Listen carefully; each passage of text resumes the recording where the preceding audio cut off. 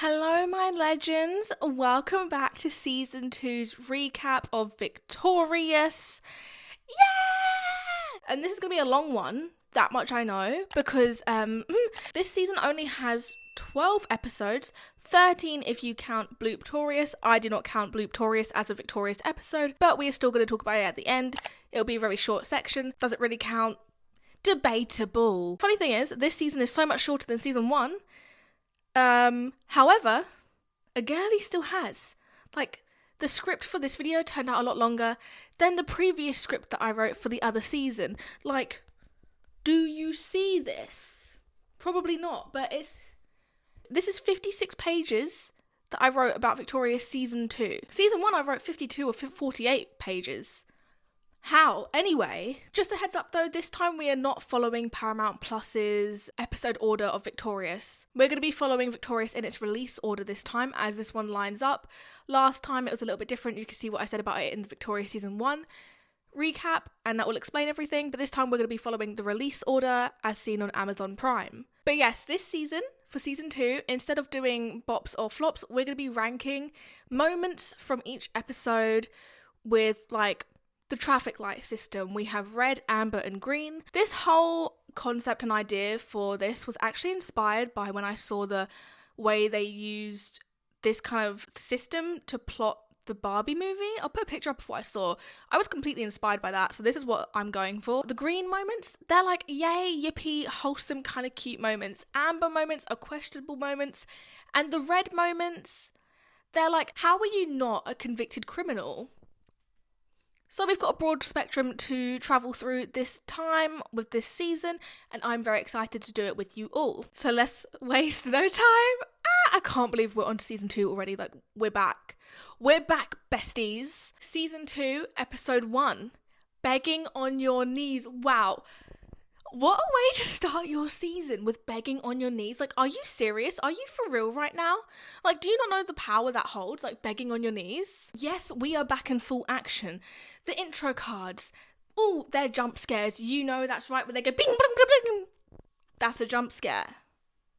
Don't correct me on that, that is. They're just straight in your face and so loud for, like, no reason. They really wanted kids to be up and watching that show. They didn't need those flashcards. Like, we were watching. Don't you worry, besties, we were watching. Anyways, though, straight into the first episode, the first scene. New Directions who? Who? We have the Hollywood Arts gang doing a little a cappella moment in the school. It seems to be that they're singing the song, the theme song of Drake and Josh. Now, correct me if I'm wrong, at least the end part, the little woo whistle, giving Drake and Josh. Now, is it? I can't confirm it completely, but that's what I believe it was. Disaster strikes though, because someone in the room is singing off key. This cannot be allowed. That is disgusting. This class though, they didn't need a Rachel Berry. They had their own snitch, and that snitch was Rex. Rex calls Robbie out immediately for being off key, and honestly, I love that because Robbie really outed himself in that moment, because we all know that Robbie is Rex. I discussed this in the previous season recap. But Robbie is Rex. And funny to catch yourself out like that. That's kind of embarrassing, but also top tier comedy. Robbie being called out by Rex on his off-key singing is almost like a callback to season 1 when he calls out Tori for singing off-key, and that was the audacity. My God. He didn't let that girlie breathe. The only issue is, Robbie being Robbie, we're not surprised at this point in time. His crimes against humanity are large. He should be targeted as someone we search for in a police search. He should be put in prison. Anyway, Robbie tries to pass this blame on to Tori again. Like, this man is a menace to society. My poor girlie, she was not the one off key, sorry. And Robbie's out here trying to push his blame onto her. Like, no, couldn't be me. Wouldn't be me. No, I've never sung off in my life. It must be Tori. Sir, get a hobby. I don't know. Leave that girlie alone. If I was her, I would just deck him on spot. Why hesitate at this point in time? At the end of class, everyone is given an assignment for the full moon jam, and this is something they perform, I think, in the Black Box Theatre in Hollywood Arts, so that's the outdoor courtyard area for anyone who is not aware. They must perform this song as a solo or as a duet, and it will count as 1/3 of their final grade for their semester grade. Did that make sense? I'm not American. Everyone in this class is like on Tori's ass to perform. They're like, please, please, please take me. One may say they're begging on their knees for Tori to perform with them. Now, Robbie is an interesting guy. He then has the audacity to be the first person to directly ask Tori to partner with him just after he tried to blame her for being off key in the little a cappella group thing they were doing. And mind you, this isn't even the first time. Like, this really isn't the first time he's gone for her singing abilities, and then he has the audacity to come and ask her to partner with him? I think not. So this is going to be like our first carded moment of the season. It's going to be an amber card that's directed towards Robbie for just his general aura, honestly, at this point. Yeah, but it's also just for the fact that he time and time again does this, and it's just not appreciated, Robbie. So we're going to card him, and it's getting an amber card. I really like the card that I made this season. I just thought I wanted to say that, you know, just a little shout out to me. A little pitchy. Honestly, that was a little bit inspired by, what's his name? Rumi? I don't know that YouTuber's name, but he's still like singing. Well, he still does. He like analyzes people singing. I don't know. Woo, the first one is up. Probably can barely see that, but there's so many to add that it's going to be fine. It's going to work. Enter in Mr. Ryder. He is this handsome guy from the singing class. We only see him in this episode and never again. He's just got one of those jock-looking faces, and he's one of those mysterious cool guys who you'd kind of want to date because he's the bad boy, but also he's trouble. Well, that's because he's the bad boy.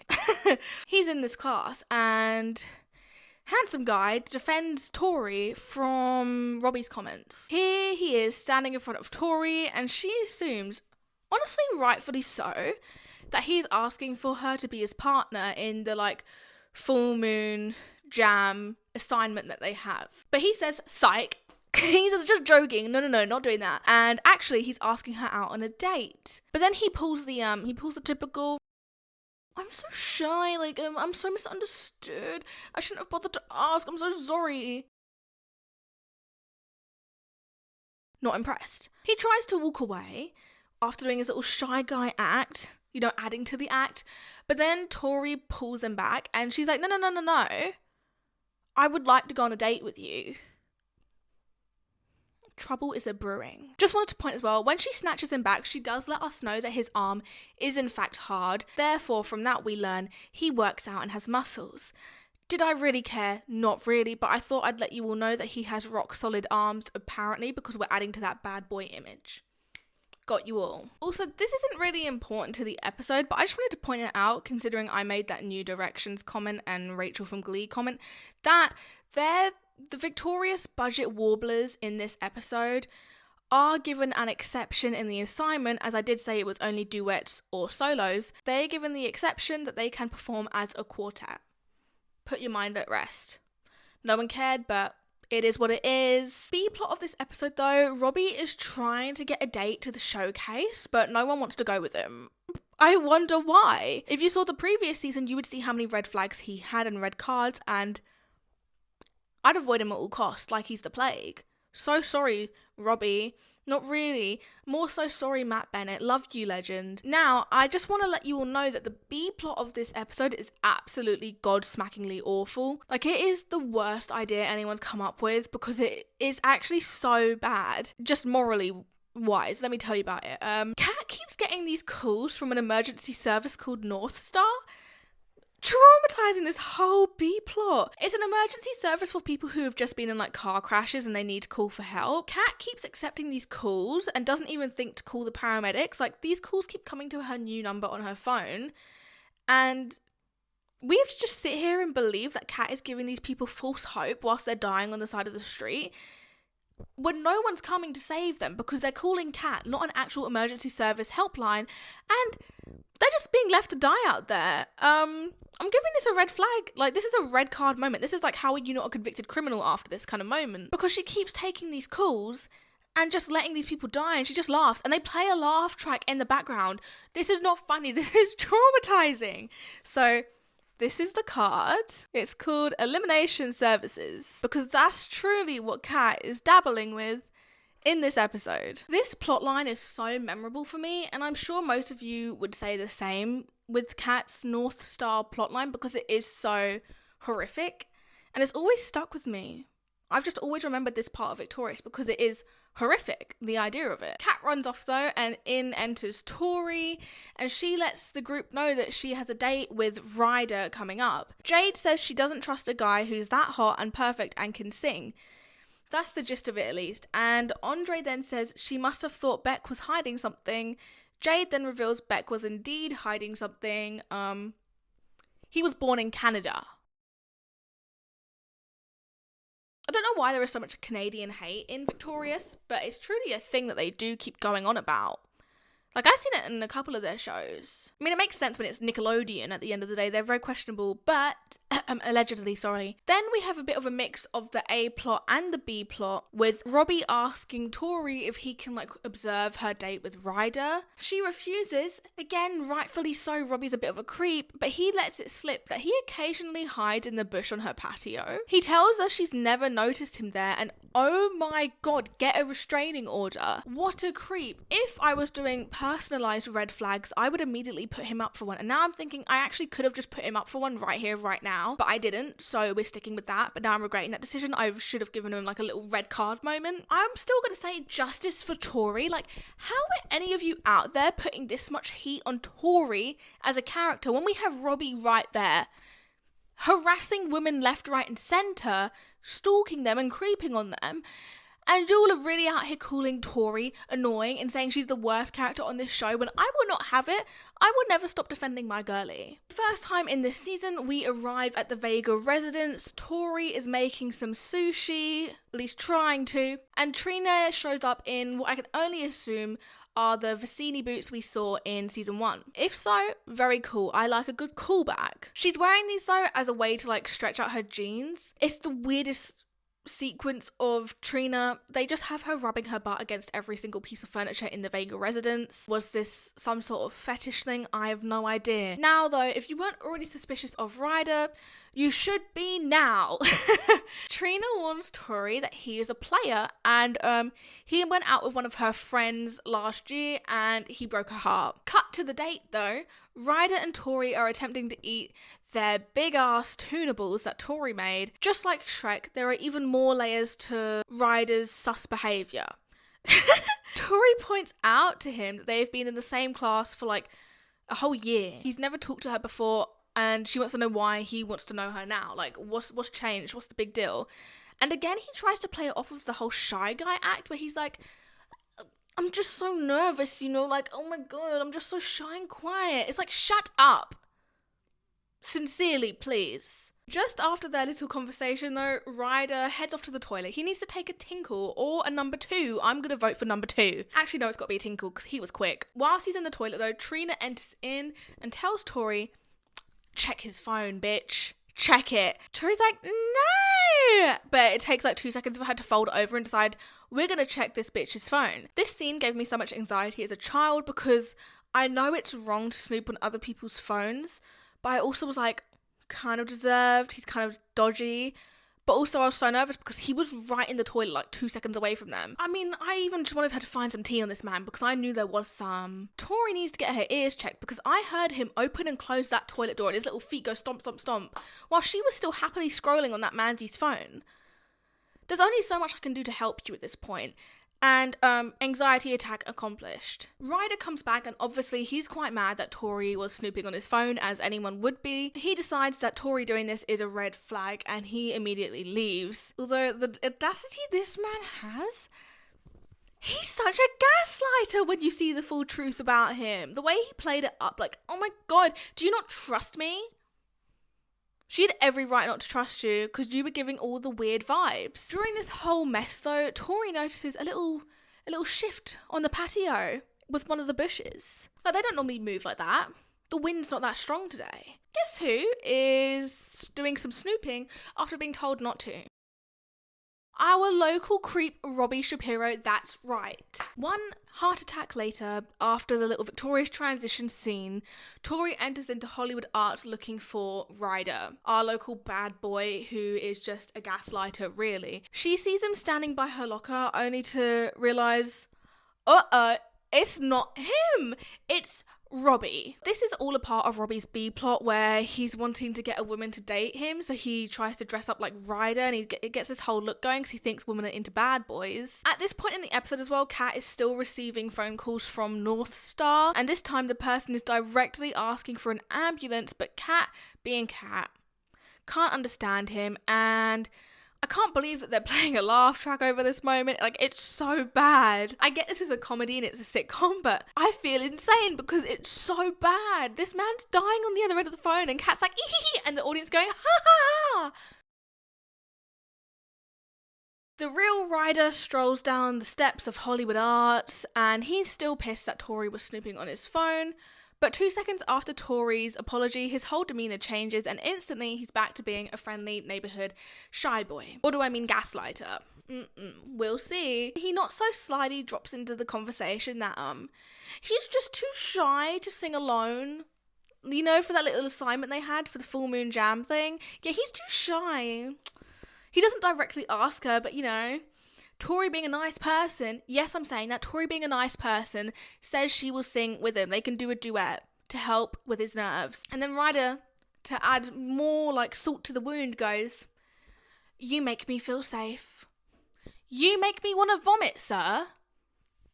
That would be cute and all if he wasn't such a fake little bitch. Enter in though, Kat pretending to be an emergency responder. That's still happening. And she asks Tori if a man can perform CPR on himself. Obviously not. She takes the man off of hold and he is no longer responding. Am I supposed to believe that he died? There is blood on Kat's hand. There's a reason why I gave her a red card for this moment. There is blood on her hands. Like, that man fully just eliminated on the phone call. He died. He 100% died. You cannot convince me otherwise. Murder! Ryder and Tori start to practice their little song for the full moon jam thing, and they're singing Okay by Backhouse Mike. Now, I actually really like this song. At least I did in 2019 and 18. I really had a moment with it. But I still say it's a good song. Backhouse Mike's name, though, is actually Michael Corcoran. And I believe he worked behind the scenes on Victorious, allegedly. And that's where he met an underage Elizabeth Gillies, allegedly. They are married now. Take from that what you will. All alleged. Minus the marriage, they actually got married. But make of that what you will. During this little duet moment though, I'm not even sure if Ryder, the actor, is actually even singing or if it's just Backhouse Mike's vocals in the background. I believe it's honestly just Michael's vocals. If anyone knows, let me know. Like, I really want to know, because that was a mystery to me when I was listening to this episode. Like, I don't think Ryder's singing. I don't think they had time to get that man in a booth just to do a 30-second clip, you know? It made more sense for them to just have Michael's vocals. But they finished their duet, and Ryder swoops in for a kiss, but Tori stops him. She's like, whoa, moving too fast. And she double checks what he's doing. He confirms that he is trying to kiss her, and Tori is then okay with that. Girl slay. They share a kiss or two before Tori sets off the speakers and it makes her jump, then leading to her biting Ryder's lip. I say girl boss is what he deserves, should have bit harder. Back to the B-plot of Robbie though, he is still trying to get this girl called Christine, or whatever her name was, to date him. She says he looks oddly similar to a guy she used to date, Ryder Daniels. Oh my god! She informs Robbie that Ryder is a real playboy, like, he has this thing where he uses girls to get a good grade and then dumps them immediately after. He did it with her, and he's done it with like her friends that she knows. And the only good thing that Ryder does for us this episode is he inspires Robbie to leave Rex behind. I can't remember the last time I've seen Robbie without Rex, and here we are. Honestly, we might have to mark this moment and because I don't know when we're getting it again. So yes, we're marking this moment. This is a green card moment called I'm a Real Boy, because the puppet is now gone and the master is just there. That sounded so weird, but there we go. That's the next card for this episode. After this though, the group has a little intervention to let Tori know that Ryder is just in fact using her to get a good grade. Obviously Tori is at her lowest here in this episode, and then Jade makes a comment that Tori must feel pretty dumb, and then Beck gives Jade time out for this. Honestly, deserved, because let's not punch Tori while she's already feeling so low. Like, she already feels so bad, and I think she already feels stupid anyway. The comment wasn't necessary. I don't care how much of a girl boss Jade is, that was a mean girl energy, and I know she's the embodiment of that, but still, mean girl energy, and we're not here for that. To get revenge on Ryder, Tori decides she wants to sing alone at the full moon jam thing. She wants to do a solo. But she doesn't want to do any song. No, she wants to do a song that Andre has written. It's a really good song. Well, it would be if Andre's writing it. And Tori is so lucky that she has Andre there to write bop after bop. Haters gonna hate when I say this. No, I don't think people will, because they really don't like Tori, which is, I think, is mean. But Tori wouldn't be half the artist she was in this show without Andre. Just a fact. That is just a fact. I don't think she really wrote any songs without him in the show. This is the first time, though, that Andre doesn't really want to do something to help Tori or any of his friends. He almost says no, like he's practically saying no to them. And that's because it's his 97-year-old great-grandpa's birthday. And Andre says, I'll just celebrate with him next year, possibly. He's not wrong. He's 97. Are you really guaranteed he's going to get another one? No. At that moment, I think the friends honestly should have just had thought about their priorities and Andre's priorities and let Andre go. Release him. But they don't. Tori, I think you can attempt to write a song on your own just for once, bestie. You'll survive. It's the night of the showcase though at Hollywood Arts. Extra number 2 comes over to Ryder with his mic and congrats him for getting with Tori. He's like, wow, what an achievement, look at you go. Ryder laughs it off though, and then he says he'll be with her for the next 5 minutes, and then he says, you can have her, to number 2 extra man. Excuse you, women are not just property or objects for sale. God, he's such trash, and he is getting, this is a red card moment. This is a red moment of the season and of the episode, and his character just absolutely sucks, confirmed. And Ryder, can't wait to see you go. Bye-bye, not bestie. Bye-bye. This one's called Ride Away, Please. I was quite proud of that one. But after this moment, after he just says that awful thing about Tori, oh my goodness, guess who was right behind the corner who overheard every little word he just said? None other than Tori Vega herself. She heard the guilty confession, and I love that because she got all the confirmation she ever needed, and that he only dates women for a good grade. It's tragic though that he is the inspiration for such a bop, because this one really served. The two were called up on stage for their performance, and Ryder quickly notices that his mic isn't working.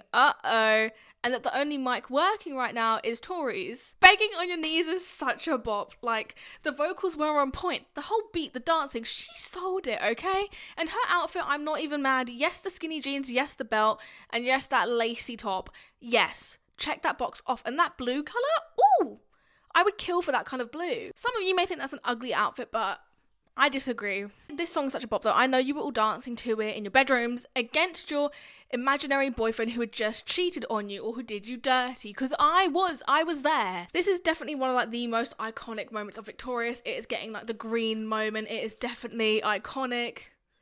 No snazzy caption, just begging on your knees. We will add that to the wall. I love as well how in this scene Robbie finally does something right, but Beck and Robbie stop Ryder from leaving the stage along with the teachers, because Ryder keeps trying to exit the stage whilst Tori is slaying the house down. And I love that he won't. He's not allowed to leave. He's in a hostage situation, and it's beautiful. It's kind of called justice. Call her Batman, honestly. Also, St. John really pulls through, because in this whole ordeal, he keeps following Ryder with the spotlight. He's not letting him disappear either. He's making sure all eyes can see this dusty, crusty, musty man. what a moment to be alive. One final point that I want to make about this episode, it kind of goes back to earlier though, is that despite Jade being timed out for her comments towards Tori, it's still an example of their growth, like their friendship, because Jade roots for Tori and bops along to the entire song. Friendship confirmed. I will not take any criticism on that. We are now on to season 2, episode 2, Beck falls for Tori. For all the Bori shippers, this was probably a really big day when they saw that episode title. Like, I know you all were screaming when you saw that episode title, and I can't blame you. But when you take 2 seconds to look at the description, any hopes and dreams you had were crushed. The description reads as follows: Tori auditions for a role in a movie, but after exaggerating on her resume, she gets hired as a stunt double.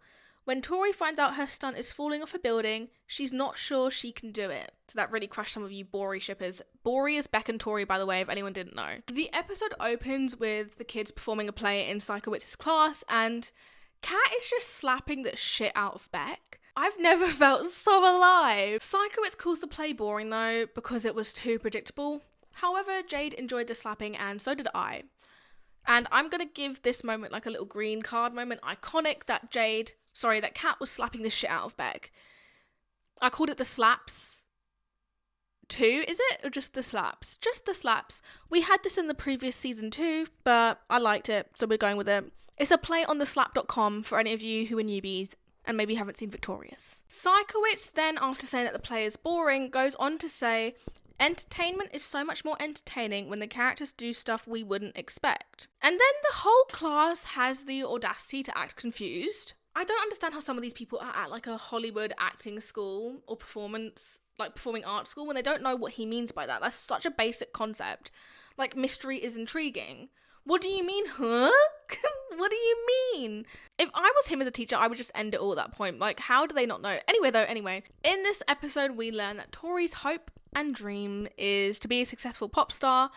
But when Psychowitz learns this, he laughs right in her face, like an ugly laugh. And he says, now this is a really funny moment. He says to her, maybe you could sing for the hearing impaired. That's so mean. Why is everyone coming for her singing? That was so uncalled for. However, though, Psychowitz says, psych, plot twist on you, because he was only doing that, like being a meanie, to demonstrate that mystery is intriguing, because he acted differently to how the kids would expect him to act in the class. Like, they wouldn't expect him to laugh at their hopes and dreams, you know? And that was a very good demonstration he did for them, because they were dumb pooters. They needed that so bad. Class is over though, and Psychowitz offers Tori the opportunity to audition for a movie as a spunky... what was it? She can audition as a spunky teenage girl to play the best friend of the lead. Andre and Beck are sitting in the courtyard at the Asphalt Cafe. In the background though, through some speakers, I'm assuming, because it was diegetic music, they are playing Begging on Your Knees. Glad to see it's already become a bop in their universe. I want to know how it was like getting around, because I know it wasn't getting radio plays. So that means a girlie was like burning CDs and giving them to the class so they could play it. Or she had like a little MP3 download. Hustle. I like to think that Ryder is still at the school in the background and just fearing his life because he can hear that song and he knows it's about him because he's musty, dusty, crusty. The rest of the gang, aka Jade, Kat, Tori and Robbie, alongside Rex, sadly, join Andre and Beck. This season as well, we begin to start to see the infantilization of Kat, as seen in the previous episode where she couldn't dissect that she probably should call the actual ambulance services rather than taking these phone calls.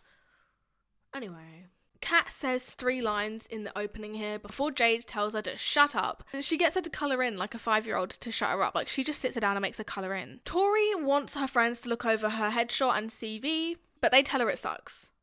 They're straight up, and you know what, love that for her. They said, babes, you need to get employed, that's a bit sparse. All she has on her CV was 1 play, I believe, and flop behaviour, like at least lie. On her CV, all she has is 1 play, flop behaviour. Girly. But anyway, cut to the next scene. Tori is in the middle of her audition when Kat bursts in a superhero costume to ask how it's going. Tori, because of this, is a little pissed off, I understand. Now you may think, Kat is wearing a superhero costume?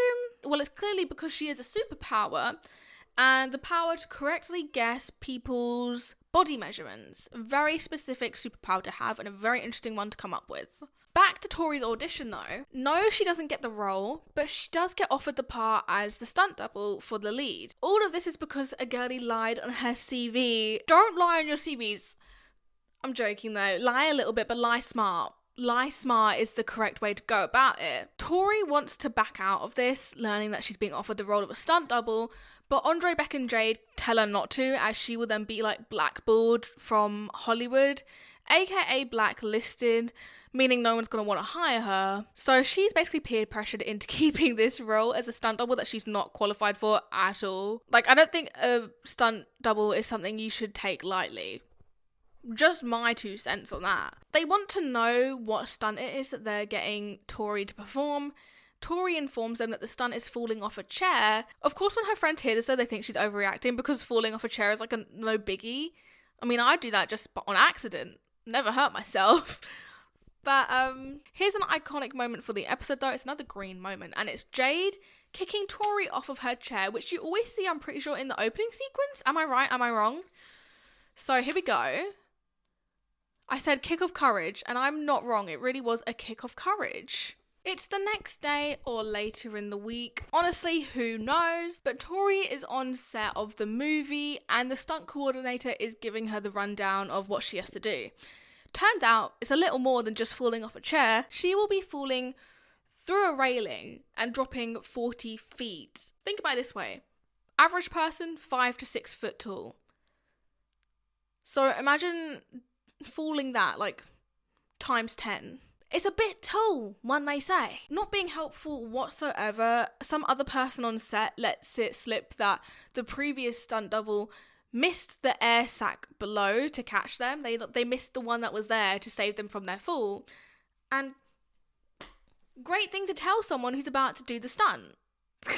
Luckily though, Tori gets an easy out as the director's son is in hospital, and therefore the director needs to visit his son immediately, and that means Tori's stunt is postponed to later in the week. Whoopee! Oh god. We head back to school. Tori is discussing her role with her friends when Kat randomly shows up dressed like Psychowitz. Why?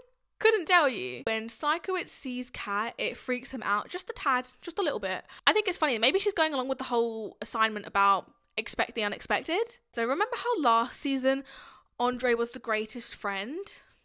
Well, he still is.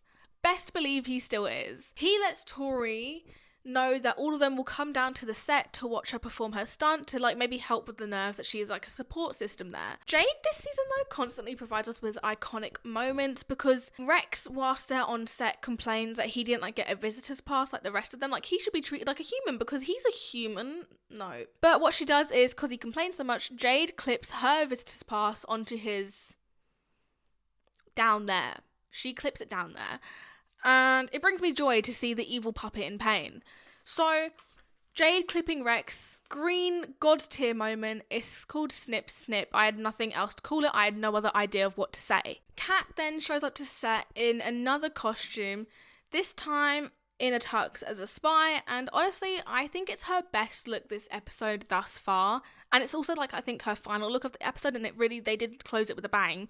Like, she really looks good in a suit. Back to the main plot though, Tori is seconds away from her stunt, and the director calls action, and Tori falls the wrong way, aka not through the railing, but onto the cement ground 2 feet from her rather than the other side. Don't blame her. I am scared of heights. They set up again, and Tori then makes them halt production as she gets a text message that she has to pee. This is a really funny thing to me, because she was worried that quitting this job would get her blackballed from Hollywood, but I would argue this behaviour of halting a production as a stunt double would give you more chances of being blackballed than quitting the job, because she halts it and makes a whole thing about it. Turns out though, the text came from Beck, and we discover he is dressed up in a wig and he's wearing the exact same dress as Tori. He is swooping in to save the day as he relieves Tori of her stress and lets her know he will do the stunt for her. None of the other friends are aware of Beck's plan. Only Kat, which I find odd. You'd think it'd be Jade, but it's Kat. I feel like she'd be the last person you'd want to tell. Kat, I'm talking about. because in this season, she just wasn't with it. Like, she'd lost the plot. Like, I wouldn't trust her to hold my croissant. The director calls action again, but this time, Beck, aka Tori, executes the stunt perfectly, and after it's performed, Beck quickly runs backstage so that Tori can run out to her friends and claim the victory.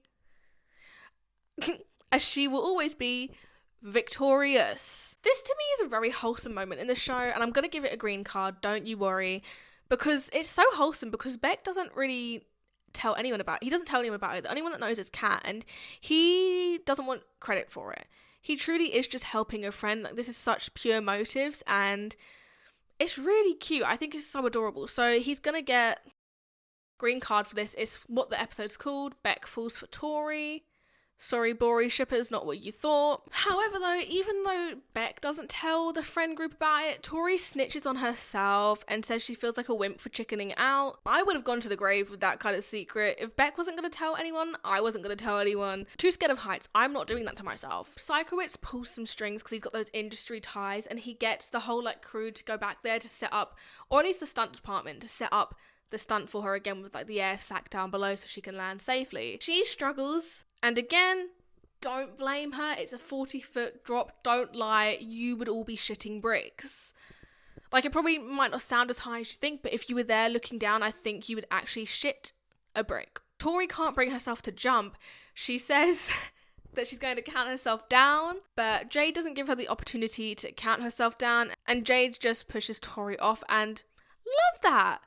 Love that for her. If Jade wasn't there to push Tori all these times, would we have really had much plot progress? Maybe not. One other thing I want to talk about though about the episode is it feels kind of random, and I don't even really want to make a habit of talking about the credit scenes, but this one was just an odd choice to me because they showed the Freak the Freak Out performance, and yes, iconic. Yes, I would love to see that all the time, but I don't know why. So that brings episode 2 to a close, and we are now on to season 2, episode 3, titled Ice Cream for Kesha. Could not tell you why. This is one of my favourite Victorious episodes ever, but it is. If you've seen my best and worst rated episodes, you would know I mention it kind of all the time about how I was really upset that it wasn't one of the best rated episodes of season 2, and I really wanted to watch it for you all, and I didn't get to watch it, but here we are, we're talking about it, and that's all that counts. Iconic shit though. We start the episode with Kat being mad at Robbie. I don't even need to ask why, I just know it's right. I know there's no wrong when it comes to being mad at Robbie. But she's mad at him because in her dreams, these kids were trying to eat them, and Robbie just let them eat Kat. He didn't try to defend her, he just let her get eaten. At the lunch table, Andre is eating some ice cream, and he pulls out the letter K from the tub, and he's really upset about this. He chucks the K all the way across the courtyard. He's mad. Kat then, or someone must ask why he's mad, because then Robbie and Andre go in to explain that the reason why he's upset is because Kesha is holding this contest where if you find all the letters to her name in these ice cream tubs, then you can win a private concert at your house from her. At this point in time, Andre has 11 Ks. It's not that important to note, but I thought it was an interesting thing to know. He really was flopping out here. Trina then enters and comes to the group with a question. She asks them, if someone promises to do something, even if it was a long time ago, should they keep their word? Tori then replies by saying, you have to keep your deal no matter how long ago it was. Then Trina slaps Tori in the face by basically saying to her that Tori made a deal with Trina when she was 6 and she needs to stick to this deal. In this note, Tori said that she believed by the age of 16 she would be married to a prince and be living in a sugar castle. Obviously that hasn't happened, and obviously it wouldn't happen. Andre even points out to Tori that she did agree to this little thing, and the whole idea here was that if this didn't come true, Tori's belief of what would happen at 16, then she would be Trina's assistant for 1 whole month. Tori tries to go back on her word, but none of them are having it, even though it's to do with Trina, and most of the time they all hate her, so it's kind of random that they're actually kind of sticking up for Trina here. But the grave's been dug and it's too late now, so Tori has to stick to her word. Trina gives Tori a list of things that she wants Tori to do as her assistant for the month, and one of the things on the list is to pluck Trina's toe hair. And I mean, come on, that is so gross. And of course it's feet. Of course it's toe hair. Of course. Nickelodeon.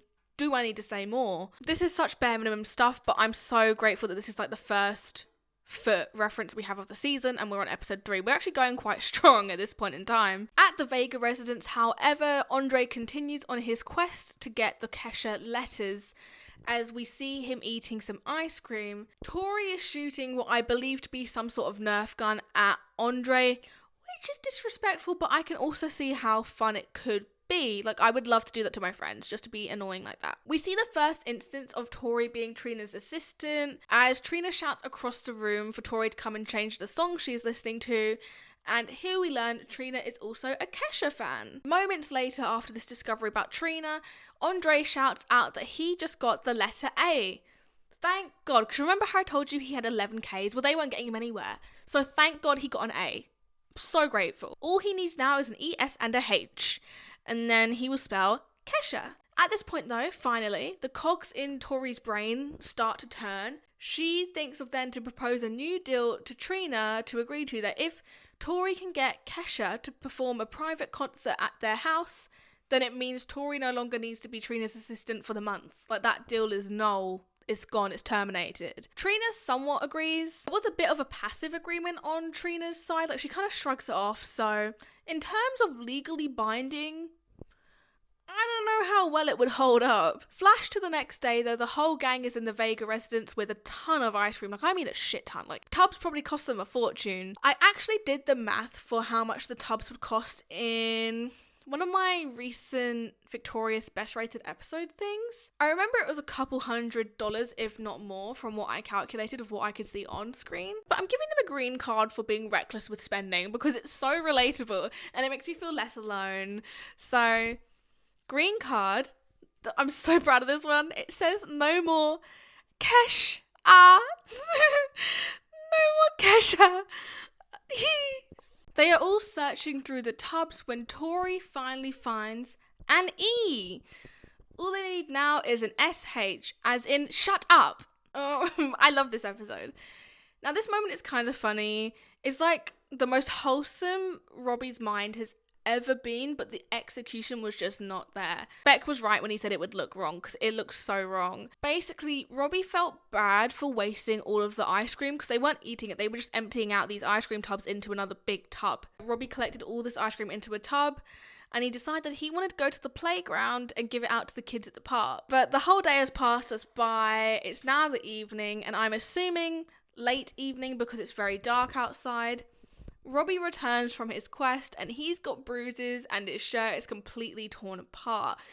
Basically, the kids' mums did not take well or appreciate Robbie's gift of ice cream. They definitely thought of him as a threat doing that. To be fair, they're not entirely wrong, because if you've seen Robbie's track record, like his history, it's not great. Beck shows up at the house. When he left, couldn't tell you. He was supposed to go there and bring more tubs of ice cream for them to sort through.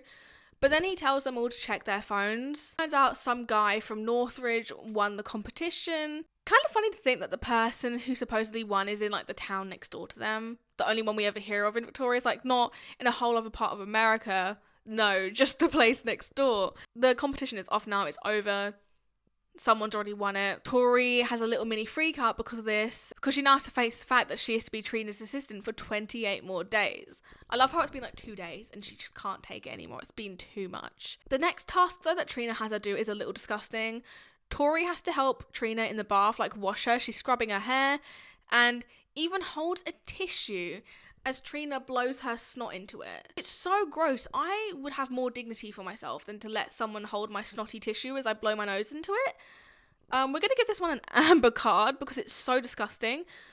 It's called I'm Snot Okay. Yes, a bit of an MCR reference there. During this whole moment though, Tori does try to like eliminate Trina by shoving her under the water. Honestly, if someone made me blow their nose, it would push me over the edge too. At school, Tori still can't escape Trina as Trina comes running over to Tori with her phone in her hand. On the phone is a man named Lendl and Trina wants to get rid of him. He's been bugging her for a while at this point and... men. What can I say? Mans needs to stop is what I'm hearing. But anyways, on the phone, Tori tells Lendl that Trina moved to Canada and died.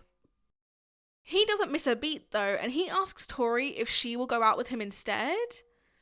Trina then is mad. She's like, hang on a second, I don't like this man, but I also don't want him to move on that quickly. Like, this is trash behaviour, and she's correct. She rises from the grave, snatches the phone off Tori, and gives Lendl a piece of her mind. Girl boss, girl slay. Kat then calls Tori over to check out a video on St. John's laptop. Kesha in this video explains how the guy from Northridge lied and he didn't actually get all the letters, the winning letters for the private concert. Therefore, the competition is back on. Not all hope is lost. Just wanted to say as well, in Quentin Review's video, he points out that like the guy sitting in the background of this clip might be the man that they're shaming. This man has also appeared in other like Victorious and Nickelodeon episodes, and he's just around about. It's kind of creepy. Check out Quentin Review's video. He greatly inspires me along with Mike's Mike. But I just wanted to say, not like he needs my shout out or my promo, but I thought I'd also put it down there. I do love Quentin Reviews, and he's a very interesting take on the whole like Nickelodeon universe and Victorious universe. Wasting no time though, the whole group is back at the Vega residence sorting through more ice cream tubs. Kat says H, and it almost goes unnoticed until Tori asks Kat to repeat herself. The group be screaming with excitement and then Kat feels loved and they now have Kiha. So close, but not there yet. All they need now is an S. Again though, this whole ice cream episode is so iconic. I would just, basically in my mind it's a whole green card this episode. It's just the greatest episode of Victorious ever. Yeah, that's right. That's what I'm calling it, the greatest episode ever. Hours pass, and I mean hours pass, because Tori has become unhinged at this point, and she is searching through the ice cream tubs with a ladle, trying to find the letter S. For once, Robbie pulls through with his big-ass pear pad, and they discover that Lichter's ice cream has put the hardest to find letters in their least popular flavours of ice cream, aka the one called Funky Nut Blast.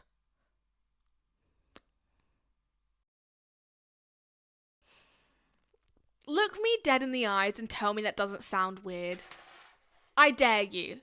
Tell me that's not the weirdest sounding ice cream name ever. None of them have heard of this ice cream because yes, it sounds deeply disturbing, but Kat then informs them that's actually her brother's favourite flavour of ice cream from this brand. Kat mentions that her mum puts her brother's meds in the ice cream. Anyway. There's also a moment in this episode where Tori slips as she's running over to hear what Robbie has to say. I like to believe that that's not scripted and it was just a bit of a blooper, like an accidental moment. A girl obviously doesn't fall. She catches herself, but I know her heart must have been going a million miles an hour thinking she was about to tap out. Also spotting other things in this episode, Tori runs over to Kat when Andre quickly pulls her up by the elbow. It feels like an unnecessary thing he would have to do if it was scripted.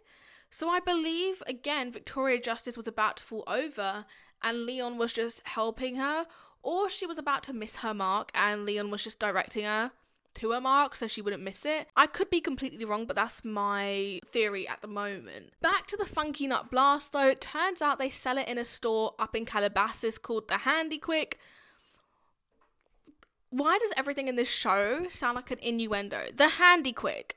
Funky Nut Blast. Jade, Andre, Kat, and Tori all rush into this shop like they're about to mug the place. The poor shop lady probably was ready to press that security alarm bell under her till. Tori opens up the tub of ice cream though, and it's the last Funky Nut Blast, and sadly it does not have the letter S that they need. Tori then dramatically slides down the side of the fridge in the storm. It is a bit pathetic, I won't lie, but I'll let it pass as it's a low moment for her again. Whilst Tori is thinking that this is it, what is worth in this life anymore, Kat spots a kid eating a tub of Funky Nut Blast. Jade offers this kid $30 for the ice cream and he says deal. I would have lowballed it a bit more, like $10, because to a kid, that's a lot. He looked maybe 10 the oldest. Start low at that age. They don't know the meaning of money. What does he need it for anyway? The kid takes the deal with the $30, but Kat being Kat lets it slip. If they get the letter, they will be able to meet Kesha. With this new info, the kid asks if he can come to the concert, but that's not all. He also wants to kiss Tori, Kat, and Jade. I don't like how most of the young kids in the show are written like older characters who are weird. Like, do you know what I mean? A lot of these young kids in Victorious are written like they have the hots for these older girls, but A lot of young boys, especially like 10 and under, that's not their intention. Like, that's not really on their mind. You're pre-pubescent at that point. It's just different. But the conclusion of this scene is they now have all the letters to get the private concert from Kesha. Skip to the next scene. Kesha is putting on the performance of a lifetime at the Vega residence. She's bought a smoke machine. She's like LED lights, a confetti gun, and even like a whole rig system. So of course this is an iconic moment. I called it Blown Away with the N in brackets because the song title is Blow and I'm what they call a genius. At this private concert though, there's only 8 of them and I don't know if I'm the only one, but I would find that just a tad awkward. Like, I'd be tapping my feet, you know, just like a little side step, but I probably wouldn't be able to look the performer in the eye because I'd feel so awkward about it. Like, if someone sung right in front of me, it just feels like a hostage situation. It doesn't matter if you're Ross Lynch, R5, the Driver era, I'm gonna be awkward. I'm gonna fear my life just a tad. I would shrivel up and die. After the performance though, Trina forces Kesha to go and check out her room. It sounds weird the way they worded it, but honestly from Trina it is just pure excitement that Kesha is there and I don't blame her. The boy who had the tub of funky nut blast joins the chat and tells the girls they owe him that kiss. Tori tells them they will go out to the patio for a bit more privacy to have these little kisses, but she locks them outside. Icon behaviour, like yes, what a legend, lock that child up. Trina takes pity on the boy though, and then she sees him outside and opens the door to let him back in. She tells him that she will let the boy kiss her if he really wants, to which he rejects her and walks away. Like, he's completely disgusted and grossed out by the idea of kissing Trina. But I never understood this angle they wanted me to see with Trina. What are they trying to make us believe? Trina's ugly? You can't convince me of that. I'm not blind. Yes, I'm wearing glasses, but I'm not blind. She's very attractive. You can never convince me she isn't. I am glad though that they didn't show a minor kissing an adult. Sadly, it's Nickelodeon, so I wouldn't put it past them to, like, approve it. But thank God they didn't, and they didn't go through with it. I said I didn't want to make a thing about talking about the credit scenes, but here we go. The credit bit is just a blooper as they show Victoria Justice struggling to get the ice cream tub opened in the Handy Quick store. Liz honestly sounds completely done with Tori or Victoria, and I'm not trying to start drama, it's just how the scene reads. Benefit of the doubt though, it's just that Liz is staying completely in character, and really that's all I think it is, at least I hope it is, because the way she acts towards Victoria is exactly how Jade would be in the moment. But of course then that brings us to the end of episode 3, and we are now on to season 2, episode 4, Tori Gets Stuck. If anyone remembers anything about this episode, it is traumatizing. It is not the best experience. And if you don't remember anything about it, lucky for you, I'm here to... I just farted with my mouth. But if you don't remember anything about it, lucky for you, I'm here to remind you. We get another mention of Kat's brother. This time, we learn that he painted himself purple. I liked, though, that we never met Kat's brother because it kept the mystery of him alive. Kind of like how Psychowitz was saying that the unexpected is greater than the expected. Back to the main plot, though. Psychowitz is barefoot as usual. Nothing new here, nothing unexpected. And Psychowitz has the cast list for the play Steamboat Susie that will be put on at Hollywood Arts in the Black Box Theatre. Turns out Tori got the lead and Jade is her understudy. Jade is very mad about this fact. She does not take well to this news. Tori, being her dumbass self, does not know what an understudy is. Are we even surprised at this point? She was the girl who was asking what stage fighting and who was like the writer or the author of a play they performed in season 1. Not got the best history there. Like, it's a kids TV show. I get they have to explain to us in dumb terms what an understudy means, and they do that through having Tori ask, but still, it pains me to see her be such a dumb pooter sometimes. Like, an understudy is just common sense, I fear. If you don't know what an understudy is, I'm here to explain it to you. It's a term in theatre where you have the lead role and then you have the understudy. The understudy studies the role of the lead in case the lead actor falls ill or just cannot make it to a performance on that day. Yeah, as I said, Jade isn't happy at all that Tori got the lead and not her. Jade makes some not so discreet and not so indirect threats to hit Tori with a bus, get her ill or injured. In the hallways of Hollywood Arts though, the main cast is all chilling on the stairway. Honestly, they must have been some sort of nuisance, because they seem to do it a lot in this season, and if anyone wants to get past, like, You're in the way, besties. Move. Find somewhere else to hang out. Tori enters in though and invites them all out to Nozu for lunch. Nozu is a new sushi bar that opened in town and everyone agrees. Jade makes a comment that she doesn't want to go with Tori, if you hadn't already guessed why. Robbie makes a comment that his tummy has been feeling just a bit upset and a bit weird the past couple days. Wonder if this will be of any importance to the B-plot. Whilst in the hallway though, Tori receives a call from some guy who supposedly works for Lady Gaga. The man on the phone tells Tori that they need backup dancers for Lady Gaga's next music video, which is shooting next Friday, conveniently the same day as Steamboat Susie.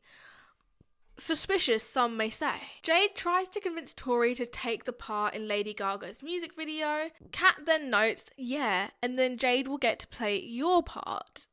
The audience ooze. And you know the kind of ooze I'm talking about, the whole ooze when the audience knows drama is stirring. Jade has been caught out and Tori discovers Sinjin is the one on the phone. Jade is an accountability queen though, because she says, I'm not going to stand here and listen to you accuse me of things I clearly did.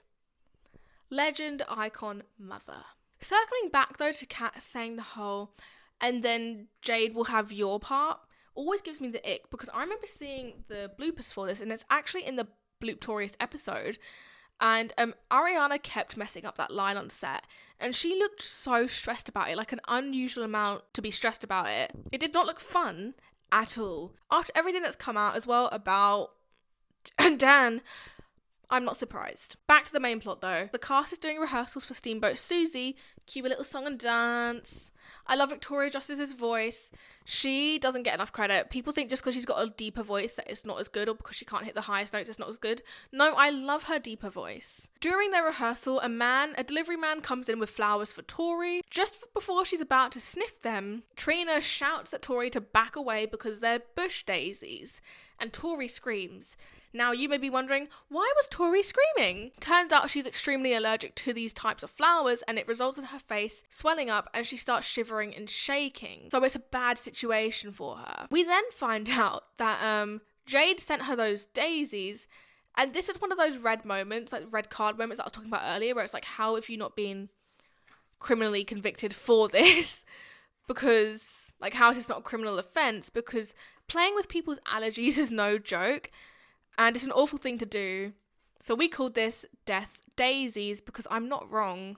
Could have been death for Tori. We don't know how bad her allergy could be. Just after you thought it couldn't get even more dramatic, Lane comes running in. Remember the guidance counsellor Lane? He comes running in to let us know that Robbie has been hospitalised because there is a toy car parked in his butt. This almost sounds ridiculous enough to be a Riverdale plotline, but everyone goes to the hospital to visit Robbie because of this, and we see a lovely x-ray of the toy car inside his intestine. During the hospital visit, Trina hears a man hacking his guts up like no tomorrow, and she's inspired. And this is because in her role in Steamboat Susie, she's playing a little girl with tuberculosis, and she wants her cough to be as authentic as it can be, and so she teams up with Kat to go and find this mysterious hacker man. Not hacker, hacker. Trina and Kat, though, weren't paired together enough, I would say, because I feel like whenever they were on screen together, it was really funny. The last time I remember them being on screen together, actually, like as a pair, was in season 1, episode 5, Tori the Zombie. In the hospital, they learn that Robbie needs a certain type of blood to be donated in order for him to go through with the operation, and it's actually a really rare blood type. It's O negative. Any O negative girlies out there? I don't know what my blood type is, should I? But guess who matches Robbie's blood type? Tori Vega. Jade lets the doctor know that Tori is a perfect match for Robbie's blood type, as she's been through Tori's medical files, and that's how we know then she knew what Tori was allergic to. Only issue though here is that the play is in 3 hours and the doctor isn't sure whether donating and performing on the same day is a good idea. I love this moment. Of course, Andre uses the stethoscope to hear his heartbeat, and only Andre would think of this, and he makes a sick little beat out of it.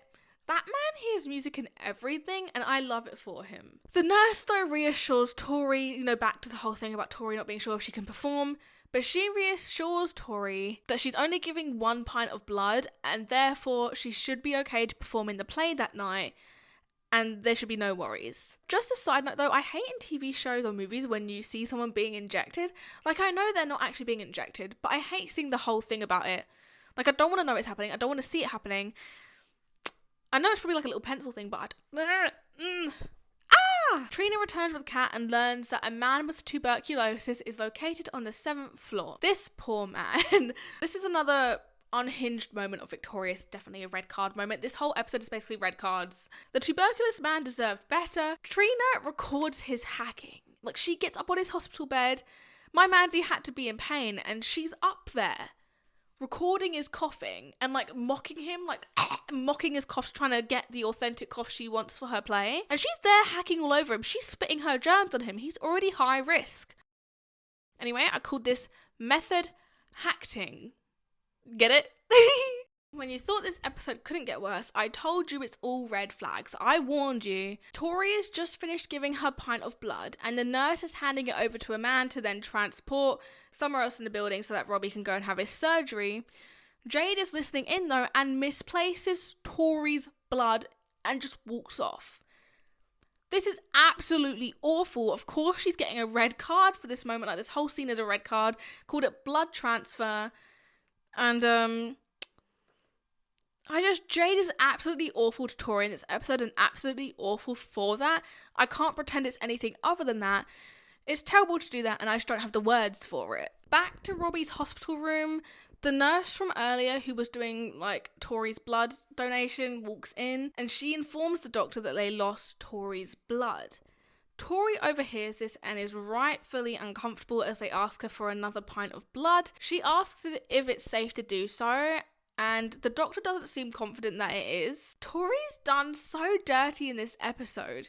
It's actually crazy when you think about it. She could have been on death's door. Another fun thing that we learn in this episode, like the only fun thing that happens in this episode, is we learn that the kids in the Victorious universe watch SpongeBob SquarePants. Like, they know of it because Robbie is wearing SpongeBob SquarePants underwear. Back at school though, in the Black Box Theatre, Jade is dressed up in the Steamboat Susie outfit as she doesn't believe Tori is going to make it back in time for the performance or even be able to perform. Andre, being the bestie he is, says Tori will indeed be okay to make it back for the play and she will perform as Susie. Trina is sitting on a chair hacking her guts up. This time it's for real though, and she has the audacity to act as if she didn't do this to herself. Girlie, you crawled in a sick man's bed, coughed over him, and then have the audacity to question why you're ill and be mad about it? I don't think so. After giving her second pint of blood, Tori takes it easy and drinks some orange juice. Robbie has come to visit her to thank her for giving another pint of blood. I don't think it's a good idea at all for him to be strolling around, especially not after the doctor told him that that toy thing, if it moves too much in his stomach, could tear him into two. I wouldn't want to risk that. If I were Robbie, I would be lying down, still as a statue. I would not risk moving at this point in time. Robbie takes Tori's pint of blood. If you've seen the episode, and if this scarred you as much as it did me, you will know where I'm going with this. Robbie takes Tori's pint of blood, looks at it up in the light, has a little jiggle. He's like, "Ooh, it's so warm." Only then, though, does he drop the pint of blood. The entire pint of blood splashes onto the floor, splashes onto Tori and Robbie, and red card moment. This is absolutely awful. I feel so bad for Tori. It's disgusting. It's vile. And I'm so smart for this. I called it the Vampire Diaries. Because don't lie. Don't tell me Victoria Justice and Nina Dobrev don't look alike. Don't lie, besties. As awful as this moment is, though, it's also so iconic because it's stuck in my mind forever. When you think about it, it's so bad because not only now has Tori just given 2 pints of blood, she's now going to be asked for her 3rd pint, and I don't believe that's safe in the slightest. But this is Nickelodeon, so who cares? Despite all, Tori, being the icon she is, pushes through and shows up for the play for Steamboat Susie. Up on stage, she is swaying and slurring her lines, and it's just not going all too well. Who would have guessed after donating 3 pints that you would be a bit woozy? She can barely stand up, and Trina isn't doing well either. Trina's throat sounds dry as hell. Tori collapses and Psychowitz orders for the curtains to be pulled. He's like, "Ooh, drama in the house. We need to close those curtains." Also, I guess he's concerned about her health. Jade states she should go on Tori's place, and she's not entirely wrong. She is the understudy. This would be the time she jumps in. However, Sikowitz tells Jade he doesn't care, as she's been acting like a gank all week. Remember our little in-universe Victorious swearing? Now, well, you do. I'm pretty sure it means bitch in the Victorious universe. Sikowitz doesn't believe Jade deserves to go on, and he's right. She doesn't. She was awful to Tori's entire episode. It was criminal the way she acted. And so instead, Sikowitz goes on in place of Tori as Steamboat Susie. The episode ends with Tori collapsing yet again, but we also get confirmation that they did successfully remove the car from Robbie's ass. Now we are on to season 2, episode 5, Prom Wrecker. We open this episode straight with Andre making out with this girl in the hallway like it's the last woman he's ever gonna make out with, and Kat makes this weird comment saying, "Oh, daddy." I'm sorry, that's the only way I could do it justice. And I mean, okay, a little weird for her to say in regards to Andre, but also, was she ahead of her time? Possibly. No one in Hollywood arts has shown that they're scared of PDA. Nothing against it, but I think they should be. They should fear it. I don't mind hugging and a little kiss here and there and a little handhold, but full on making out? Can you please close the door? Get a room. There's a moment here where we learn again about Kat's brother. This is when they really start to put him more into the episodes, dropping hints about him. But he's helping Jade with her play by getting her 12 gallons of blood and a clown suit. Turned out though he got real blood. I'm concerned. Even Jade is concerned, and if Jade is concerned, then you know there's a problem. Enter in my favourite duo though, Robbie and Rex. And it's basically insinuated that Rex is hungover. This is because he went to the Northridge party, or the Northridge prom, and they know how to party apparently. There was underage drinking, just like on the set of Victorious. Allegedly. This gets Tori questioning though when Hollywood Arts gets their prom, to which Jade then replies, Hollywood Arts doesn't have a prom. Have we been transported back to the UK? Because we don't have proms over here. It's only become a thing more recently to do that, but it's not tradition. Sikowitz and Tori then discuss the idea of a prom, and of course he is barefoot. When isn't he, sadly? Sikowitz tells Tori she needs to talk to the person in charge of student activities. Turns out it's him and he isn't even aware. Now, if that's not the most accurate representation of how a school is run, then I don't know what is. At least that was my school. No one knew what was going on. Tori then realises she only has 5 days to get this prom together, as there's only a couple of days that she can choose from, and one of them is last Tuesday, so really there wasn't even a choice. Tori is giving a presentation to a class of students. This class includes her friends, and she's telling them about their prom, which she is calling Prom, to be different and edgy. Andre and his girl still cannot stop making out. They're making out throughout Tori's entire little speech. I mean, kissing is fun, but not that fun. Jade storms into the Black Box Theatre and she is pissed at Tori for booking the prom on Saturday, which is the night that she wanted to have her play, and it was the night it was supposed to be performed. Nothing new. Jade is mad at Tori. Same old, same old. Basically, these past couple episodes, Jade has been awful to Tori. Tori's out here fighting for her life. There's no reasonable way in this scenario you can expect Tori to change the only valid date for the school's prom just for your play. I'm assuming, realistically, Jade can rearrange for her play to be performed on another day. So yes, I'm amber carding this moment because Jade was honestly being such a gank, as Sikowitz would say. Because are we really expecting Tori to change the school's prom just for Jade? No, she was only given 1 day. This wasn't Tori's having a vendetta against Jade. So this is called Save the Date. Ha ha ha. Enter the B plot of this episode. Robbie asks Kat if she would go to the prom with him, and she respectfully declines the invitation and lets him know that she's already going with someone else, a guy named Tug. This guy doesn't go to Hollywood Arts, so I don't know how he even knew of the prom. Bit of a plot hole, bit suspicious, especially since it was only just announced minutes ago.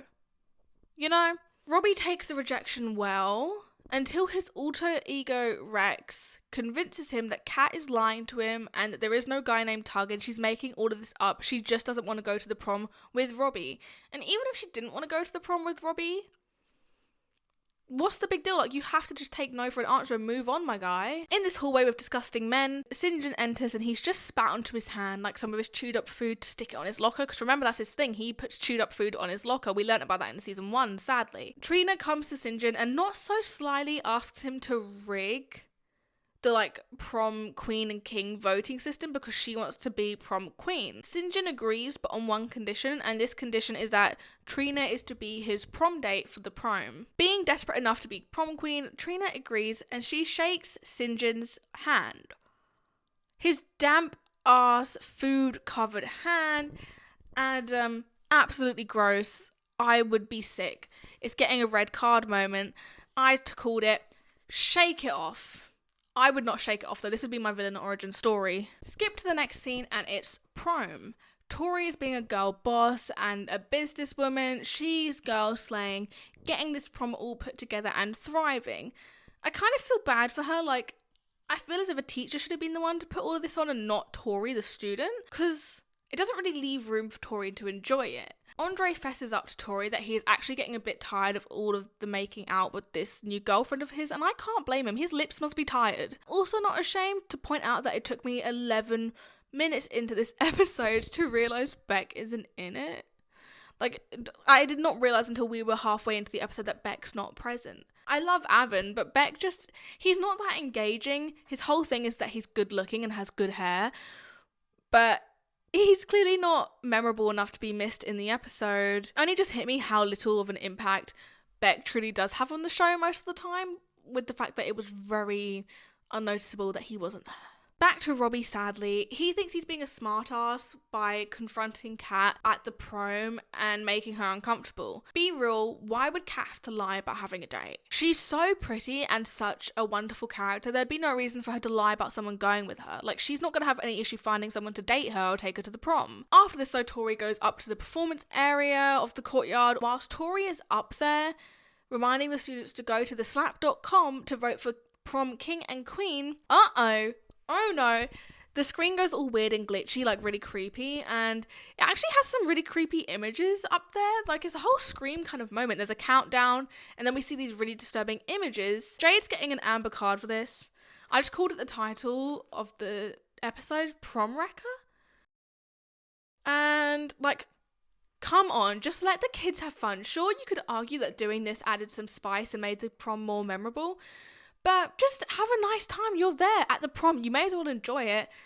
Tori scheduling it on that day wasn't anything personal. After these few minutes of terror, they finally regain control of the prom, only for another disaster to strike. Jade called the band that was due to play and cancelled them.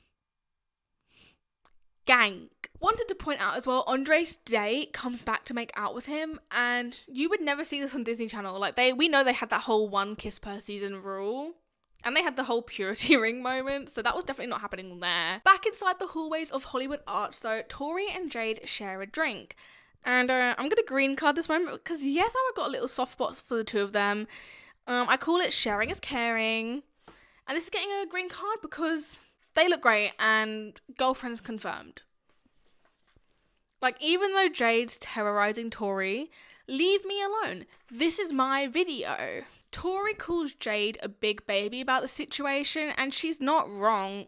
Jade really is being a big baby about this whole situation, but it's also very convenient that Tori calls Jade this, as Jade has hired this guy called Doug the Diaper Guy who dresses up as a big baby. Like, that's his whole shtick. Odd shtick to have, but nonetheless, that's what he does, and he shows up to the prom and he crashes it. He's a menace to society. He heads into that courtyard, and I just know people wanted to go home. Back to Robbie being the worst character on Victorious.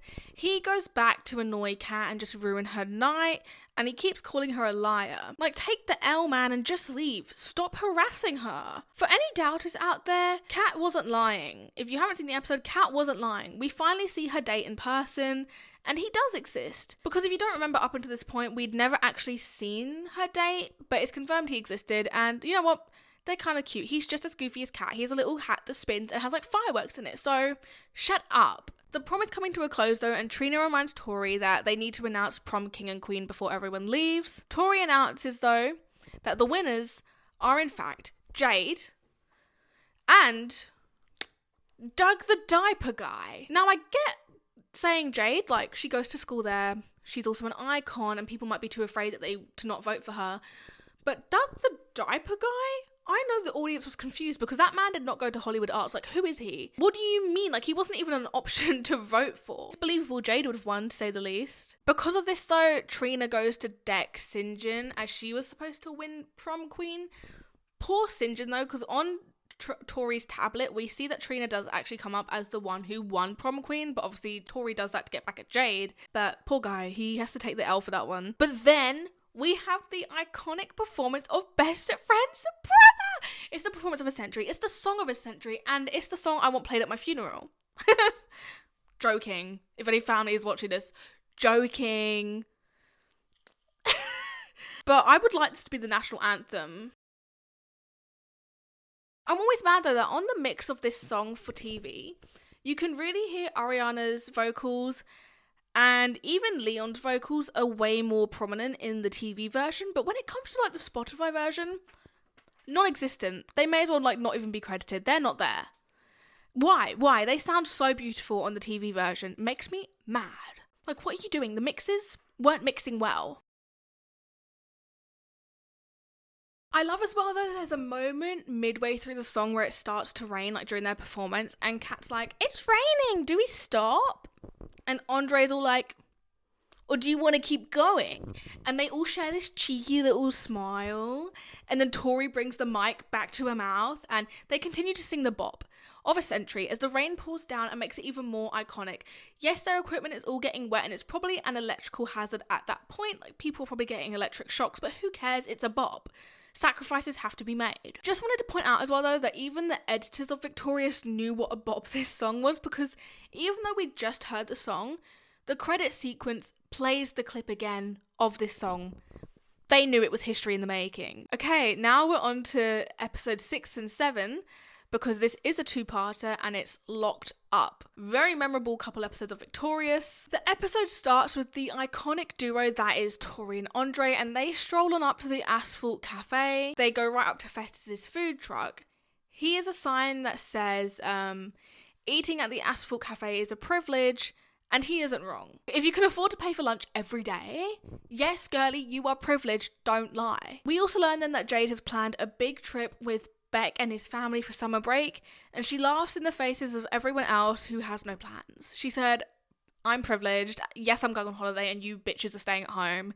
Losers, poor peasants." Festus overhears this though, and in a totally chill and not sus way, he tells Tori to come talk to him behind his food truck. Now, if a grown man ever asks you to do that, you better run the other way. Basically though, the gist of it is he's asking Tori if her and her friends want to visit Festus's home country, Yraola.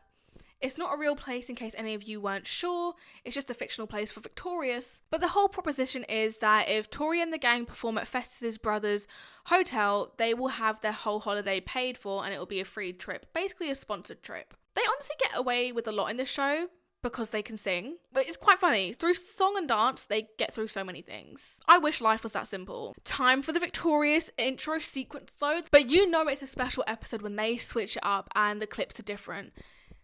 We see you, yes we do. In the Vega residence, Tori is showing Kat, Robbie and Andre the hotel in Yraola that they will be staying at, and in all fairness, it looks very nice. Like, that's a nice looking hotel. It's giving 4 5-star resort. A rare appearance from Holly Vega. Remember Tori and Trina's mother, Holly and David? We get a rare appearance from the one, the only Holly Vega, as Trina comes shouting in the house that she will never play golf again with her parents, and apparently Trina got mad and hit the dad in the face with a golf club. I say girl slay to that one. I know she's got daddy issues. Although when the dad comes into the scene, it does look like a full-blown crime scene.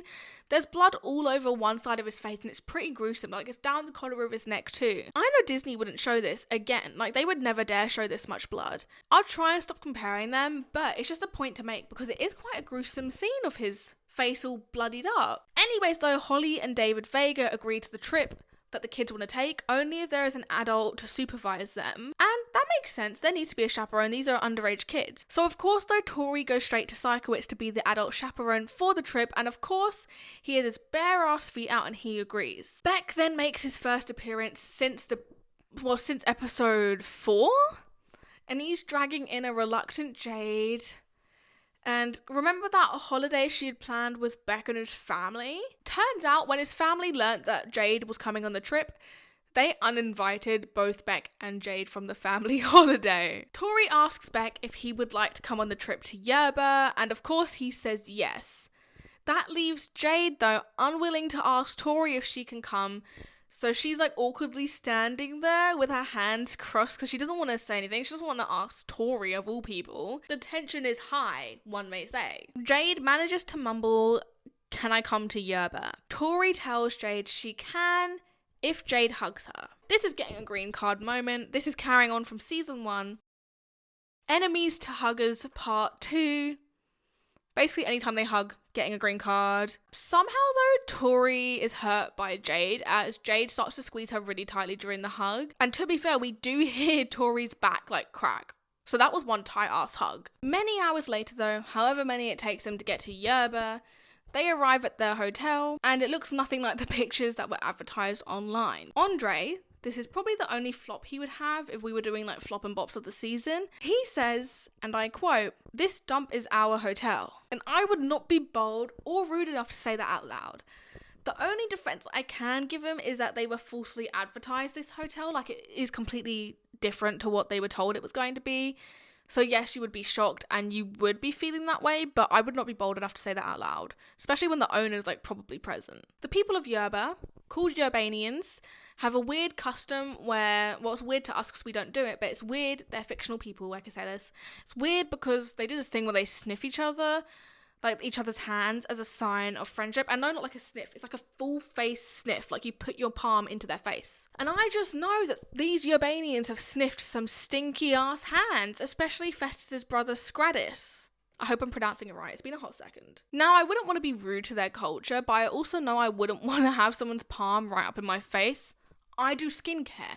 I love my skincare routine. The last thing I want is someone's unwashed hand up in my face. Because I can't guarantee everyone is washing their hands after they go to the toilet. Don't lie, I bet one of you watching didn't wash your hands as you came out of the toilet. Disgusting. Shame. Scradis, Festus's brother, asks the gang like how the hotel is, and Jade doesn't hold back. She tells them it's disgusting. And sure, it's not aesthetically pleasing, and the decor isn't something I would choose, but yeah, actually there's not really much to save this hotel. It is kind of a stain on their existence. Like, I'm pretty sure they see a rat at some point. Tori then confronts Scradis about how this hotel doesn't look like how it was pictured online, to which Scradis then points over to a photo in the hotel of the one they were advertised online. Like, it's just a picture up in the hotel of the hotel they thought they were going to. They then are introduced to the bellman, who is going to take all their bags, when a bunch of military men break into the hotel and seize them. It's a very chaotic scene. Robbie is nearly taken with them, and I say take him. Take him, please take him. They receive the keys to their room. They are screwdrivers, just so you know. Kind of iconic. Like, talk about a theme. See, like, this is what confused me though, because I thought Jade would be into this. Like, this would be her kind of vibe. But she's not thriving in this hotel at all. She actually calls Yerba the worst country. Luckily it's fake or she would have been cancelled. Pan over to Beck though, and he's getting his hair fondled by 2 Yerbanian women, which obviously makes Jade a bit agitated, and Beck just shrugs. Again, he does nothing. He never does anything in defense of like his girlfriend and making her comfortable. He's a shrugger. Remember when they called people in the background shruggers and Victorious? Have we even covered that yet? They do at some point. They call them shruggers. Beck is a shrugger. I called it shrugger. It's always the same with him. And yeah, he's getting an amber card. Jade comes over though and tells the girls to get their hands off her boyfriend, and they just hiss at her. Jade then hisses back, and it sends the girls running for their lives. And I know that's right. I know my girlie. Trina and Robbie enter the room. They enter the chat, and they come to report to Tori and Psychowitz that there was a foreign man in Trina's closet, and Robbie had a grenade in his toilet. Funny thing here though is that the foreign man wasn't the foreigner. They, the Americans, are the foreigners in this situation.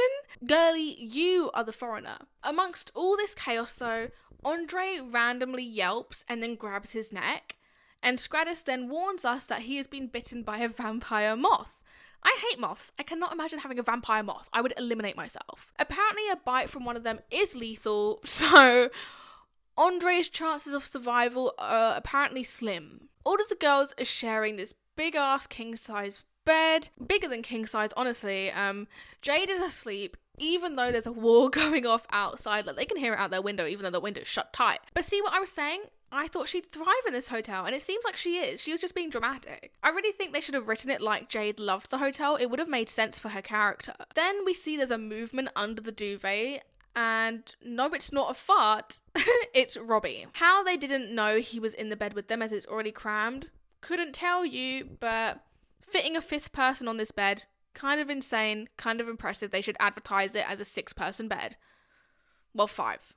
I love maths. The bellman breaks into their hotel room once again, this time from the window. This sends the whole group into hysterics. The military are hot in his tail and they recapture him. It's a completely crazy moment. And the gang is screaming. The bellman is fighting for his life. The military are stomping their boots. Air raid sirens are going off. And Jade sleeps through the entire thing. Freaked out though by what just happened, everyone but Jade leaves the bedroom. Now, I believe someone should have woken up Jade and warned her and got her to go with them, as there are these random men jumping into the room. You should not leave a girlie alone. That's a bad moment from everyone else in this show. But everyone gathers in the hallway and they're all kind of traumatized about what's unfolded in the night. What happens though when we gather in this hallway traumatizes me, okay? We see Andre again, but he doesn't look the same. He's got this big ass bite, like a big ass lump on his neck. And it's like a bowling ball kind of lump. It's bad. It's getting an amber card because it offends my eyes. And it's an image I can never get out of my mind. If you haven't gathered already, Andre isn't doing well in this episode. But we have this. And I said, I don't think you're swell. A play on Robbie's song, I Think You're Swell. Finally, Jade joins the rest of them in the lobby. And she's got a dead lizard in her hand. We are led to believe it's by Jade's doing, this dead lizard. She does something so cunty that I want to give her an honourable mention. Bisexual me was ready to risk it all for her in this moment. The bed head, the blue top, the wipe of the lips. She's too hot. So her being cunty is getting a green card. Now, I didn't put the word cunt on here because my parents come into my room, okay? I respect them. But it said dinner is served because she's serving. And she killed the lizard, okay? Okay. Tori demands then that Scradis sends them all back home, but he refuses because they promised to perform at the hotel for 7 nights. Then, something I've never seen before in this show, dare I say it's character growth from season 1, episode 15, as the Great Ping Pong Scam, because Psychowitz acts like an adult. He takes authority and he says, maybe that's a promise they're going to have to break.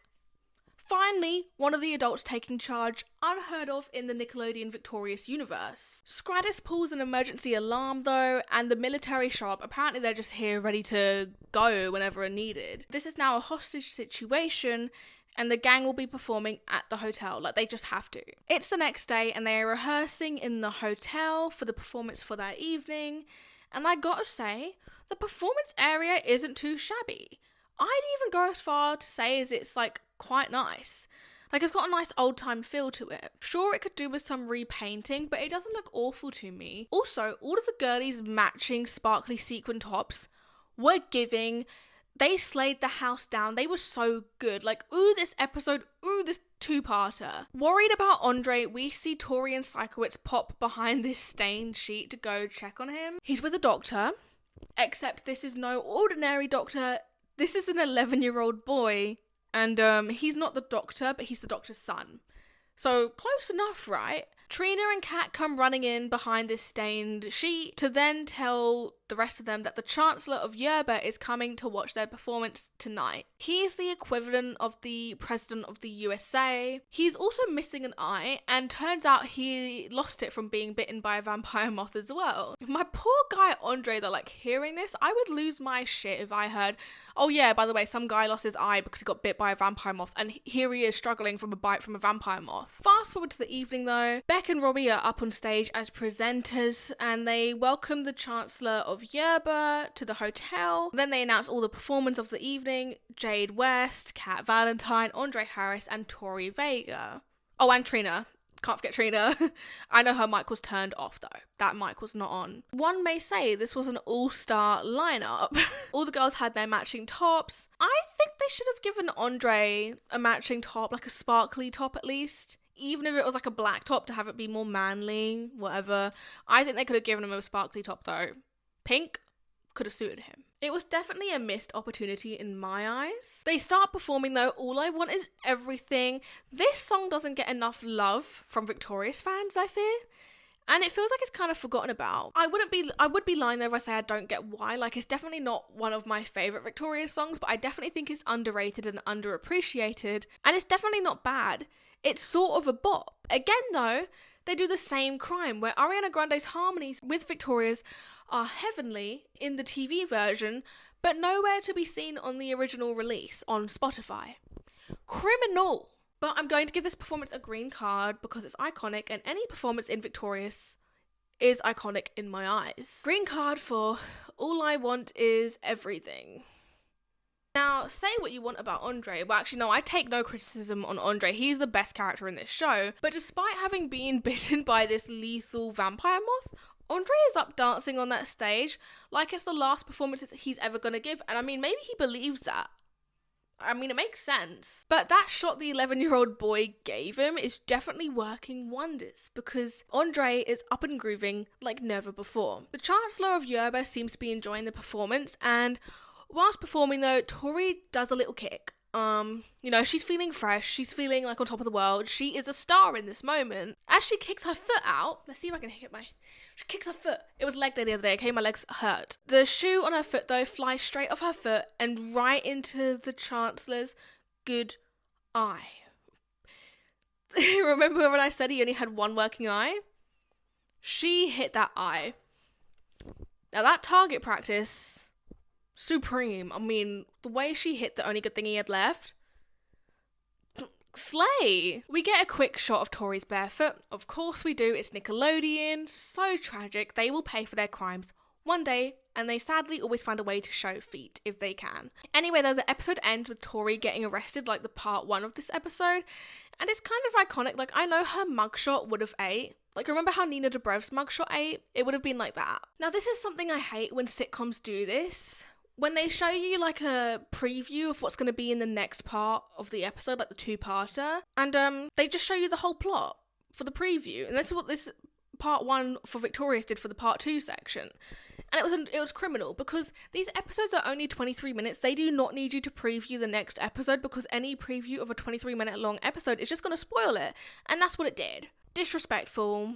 I wonder how 10-year-old me felt about it. Probably disrespected too. Like, the way Victorious did it, it was practically just a recap of the next episode. You wouldn't have to watch the next one to know what happens. So the first scene of part 2, they mean business because Trina and Sikowitz go to visit the Chancellor with Scradis to see Tori. Scradis asks them not to make a scene and to let him do all the talking. Like, he's Urbanian, he knows what's up in like the political environment here. He knows how to go about talking to the Chancellor. Of course though, they can't do that, and they instead start shouting. They really do play the role of annoying Americans very well. They get told to shut up by the military men, and Scradis goes running, and I don't blame him. Let him run off. Don't be dragged into the issues with these farts, okay? Don't drag yourself into this. Let them fend for themselves. The Chancellor though, let's note, he also now has an eye patch on his other eye, the good one, so he's got an eye patch on both eyes, aka he's gone blind. Tragic for him. Tori enters the room and they kind of just hit the fan and start a trial. Yeah, just like that, she enters the room, a trial starts. Not a courtroom, just this room. She's standing accused of assaulting the Chancellor, and they deem her guilty. I mean, they aren't wrong, technically. They would only be wrong if they were trying to say she had malicious intent or any intent to do so by, like, hitting him in the eye, but she didn't. But Tori is guilty for hitting the Chancellor in the eye that they are not wrong on. Then, though, the Chancellor takes it a step too far, and he tries to get Tori to admit that she hit him in the eye on purpose. Like, this was an attack. This was a planned attack. Of course, she doesn't agree to that because she didn't mean for it. But he says if she admitted it was on purpose, her punishment would be shorter. She doesn't admit anything still, and girl slay. Because I don't blame her. This accusation of intent is false. There was no intent. That leads him, though, with no legal basis to send Tori to 4 years in prison. And okay, I get it, he's the Chancellor, so he can kind of say anything, but Tori once again was done so dirty. Whilst in prison though, Tori plays cards with some of the inmates. She gains some social standing in there, as she's known as the girl that stabbed the Chancellor, so like she gets some pretty high respect in there. So good for her, girl slay, very iconic. Jade, Trina, Kat and Andre, of course it's Andre, visit Tori while she's in prison. They try to let Tori know that they're doing everything they can to free Tori. Hello, Mita. Hello, Mita. Come sit on my foot. But yeah, they're trying to let Tori know that they're trying to get her out of prison, and the Vega parents have also been informed, and they are on the phone to the American ambassadors. I want to say though, to Tori's credit, she takes this whole situation very well. I would be screaming, shaking, crying. I would not handle it good at all. I would be so freaked out. Sure, Tori looks stressed, but she handles this very well. Trina, Sikowitz, Jade, Kat, and Andre, and Beck and Robbie, all of them, hold a meeting with the Chancellor to try to persuade him to let Tori go, to free Tori. Free Tori, the movement has started. He accepts their request to free Tori so long as they never return to Yerba, when all of a sudden there's a bit of a commotion. There's the sound of an electrocution. Turns out dumbass Robbie eliminated the Chancellor's pet octopus by dropping a clock into his octopus's tank, therefore electrocuting it to death. It's a red card moment. They were so close to leaving, and of course Robbie messes up. They should have learnt by now not to bring Robbie anywhere, okay? He cannot be trusted. I named this situation Time's Up because time was up. It was the clock that killed him. Ha ha ha ha. Genius mind. Also want to say, not that eliminating the octopus was the right thing to do, but for a creature his size, I think he deserved a bigger tank at the minimum. Because my octopus was in a tiny ass tank. He deserved a much bigger tank. Imagine the only thing you can do is sit all day, every day, for the rest of your life. Like, that's not really much of a life. Maybe Robbie did him a favour. Remember when I said Sikowitz had character development? Well, I take it all back. It's basically a parallel to the Great Ping Pong Scam what happens here, because just as tensions rise after the death of the octopus, Sikowitz sneaks out of the room and leaves the kids to fend for themselves. Again, this murder gets them all arrested, and I mean, hey, the bright side is they all get put into prison together and they can hang out just like at school. For some reason, they put Robbie onto the girl side of the prison. I'm not quite sure why, but it's a theme where they kind of joke that Robbie's not like a boy. For once in Jade's life though, she is one-upped, as there's a prisoner lady, there's a lady in prison, and she proper like hand slams Jade into the ground. Like, it's really impressive when you think about it. And I'd let that woman shove me into the ground too. A Yobanian prison guard heckles the group, and they're all confused and probably fearing for their lives at this point, when they realise it's the one, the only Sikowitz. Maybe him running away and not being an adult worked for them. They scream, they go a bit crazy about it and cause a little bit of commotion. Realistically, the other prison guard probably would have been on to Sikowitz in seconds after this moment. Sikowitz then tells them that they need to act like he's just a regular prison guard, and they go into acting as if it's like they're acting for an Oscar. They go into Oscar-worthy performances for this moment. Sikowitz manages to get a truck and get the prison guard suit from the hotel gift shop. Now, any hotel that has a gift shop can't be that bad. Come on, like, it has standards if it's got a gift shop. On the other side of the fence, so the boy side of the fence, there's a little misdirect as a group of men shout at Beck and Andre, and they seem like they're about to beat the two of them up when the leader of these men squares up to Beck and asks, how does he get his hair so shiny? Beck does have amazing hair in all fairness, and I will confirm that, but the funny part is they have this already almost bald man ask Beck for his hair care advice. And I'm not trying to be mean, but that man's time has definitely passed. Back to the escape plan though. Sikowitz tells them that they need to meet him like the next night behind the prison, and he will drive them across the border to freedom. Whilst thinking of a plan to break out of prison to get to Sikowitz, they pan over to Kat teaching a group of women how to dance, and honestly she looks so adorable doing it, and it's a really cute moment. And this moment inspires Tori, and she knows now how to break out of prison. Any guesses how? Tori approaches the prison guards and asks them to take her to the Chancellor. She admits to attacking him on purpose, even though she didn't, but she follows through with it and she apologises and she says she wants to perform a song with her friends and all the prisoners for him. Who would have guessed that a song and dance is what's going to get them out of this problem? We have never seen that before. This is so fresh, so different. The Chancellor agrees as he has like this weird obsession with American performances, like they make it known that he likes that. So he agrees to the performance. Lights, camera, action, the music starts and the whole prison unit is shaking the house up. This time though, it's not an original Victoria song. It's a cover of the Jackson 5, I Want You Back. It feels like such a random choice and I want to know who chose it. Like, who was in charge? What was the meeting about this like? Did they only have a few songs to choose from? Or did someone come running into the Nickelodeon studio like, we need to have the Victorious kids cover this song, like the world will stop moving if we don't? I must know. This performance of I Want You Back is getting a green card. I don't care what anyone says, it's iconic. Victoria Justice's vocals are iconic. The vocals and the choreography all did it for me. And the fits, they're not it. Won't lie, they are not it, okay? They definitely could have put on those sparkly tops again from All I Want Is Everything. Of course, Andre and Kat shine bright as the heavens when they get their moment to sing in this moment, and Jade does as well, in all fairness. I really love her deeper tone, but all of their voices mixed together in this cover is just so good. It's absolute genius, and you have Victoria's like sturdy vocals, which are very pleasant to listen to. Then you have Jade's deeper tones, and I don't know if that's the right word for it, but I think you know what I mean by that. And then there's Andre and Kat giving all that flavour and spice to complete the song. It's too good, and it's getting a green card, which I like to call a get out of jail free card. Okay? As they finish performing, the group all kind of sneak out, like they slowly start to retreat out of the room, like behind the curtain, as if it's all a part of the show. The Chancellor and Scraddis finally realise that they have escaped when a prison guard announces they are gone. Oh no! I bet the scriptwriters thought they were so smart when they wrote the line, I want them back.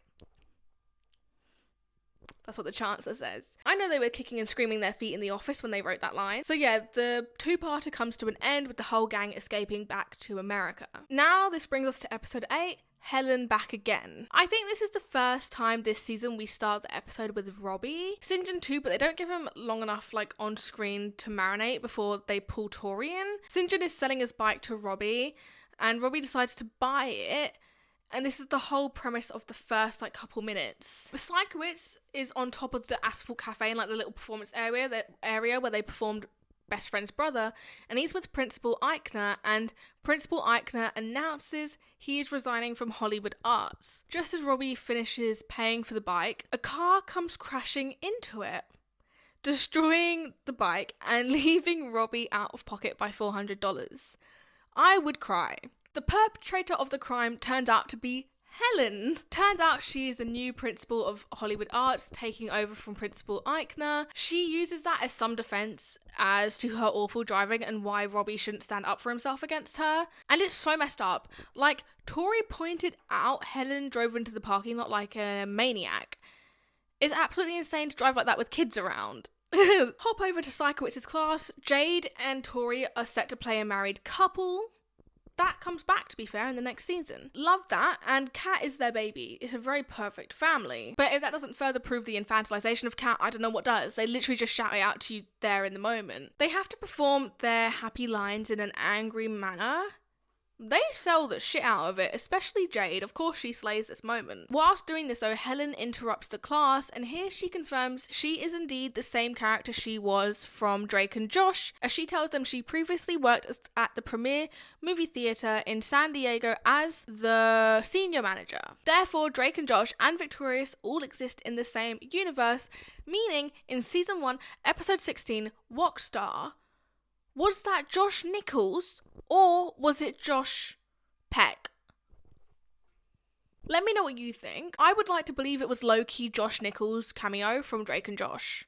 Because if Helen exists, Josh exists. Helen also just puts it in there that the kids have to re-audition for Hollywood Arts. It feels kind of messed up to tell the kids that they have to re-audition for the school that they're already in. Because imagine being halfway through your education and getting kicked out because the new principal decides you're not talented enough. Jade questions what Helen knows about singing, and then we have the iconic moment where Helen, she effortlessly belts at the top of her lungs, like so powerfully, and we learn she does in fact know a thing or two about singing. This part of the episode always stuck in my head, and I just loved how she could belt a cappella that like amazingly. I called it Slay the House because she really did slay the house. It's nighttime and we are in the Vega residence. Tori is wearing her glasses, and I learned from Quinton reviews that actually a lot of people really love this look on Tori, and they appreciated how she was one of like the only sitcom characters in a kids TV show that dressed differently at home compared to how they dressed at school. Because to be fair, we never saw her in glasses at school or in her comfy clothes. I would say it's not my favourite look of Tori's with the glasses. I just think Victoria Justice has one of those faces that looks like she should have 20/20 vision, you know? While stressing about what to perform for the re-audition, Trina is in the front room kicking the shit out of this like dummy boxer practice thing. My dad used to have one and I can't remember what they're called, but she's using one of those and she's kicking the shit out of it. First audition we see is Trina's, and she tried. She really did. No easy way to say it, but it was a bad audition. Next we have Beck's, and of course he goes for the dramatic, Shakespearean kind of play. And Beck, we have had enough.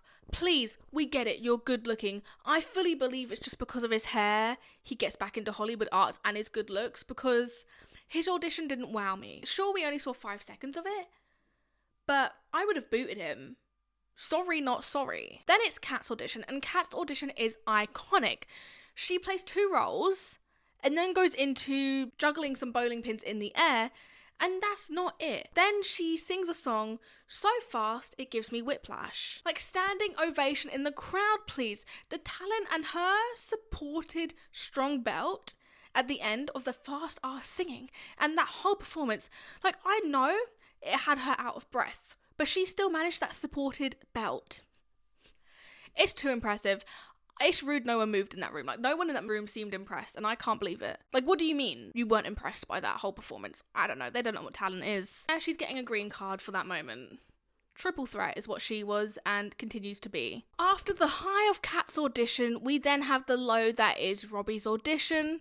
Boy, is it glum. He's doing stand-up and it's bombing. For once, he is lucky to have Rex though, because as soon as Rex starts insulting him, it livens up the room and it even gets a few laughs, and they're in hysterics over Rex. I could never. Jade shows them her movie that she wrote, directed and starred in herself. We love a triple threat just like Kat. It's so good. We love seeing women win. I kind of wish though we could have seen a bit more of the movie. Like, it looked very interesting and she had this Evanescence kind of look going on and it just looked so good. Finally though, the last performance we see is Andre and Tori's. They were kind of leading them to be the big bang of them all, like the epic show. But I'm sorry to say this, but I just didn't really vibe with it. The original mix of Make It Shine is so iconic, and stripping it back just kind of makes it a bit bland and boring.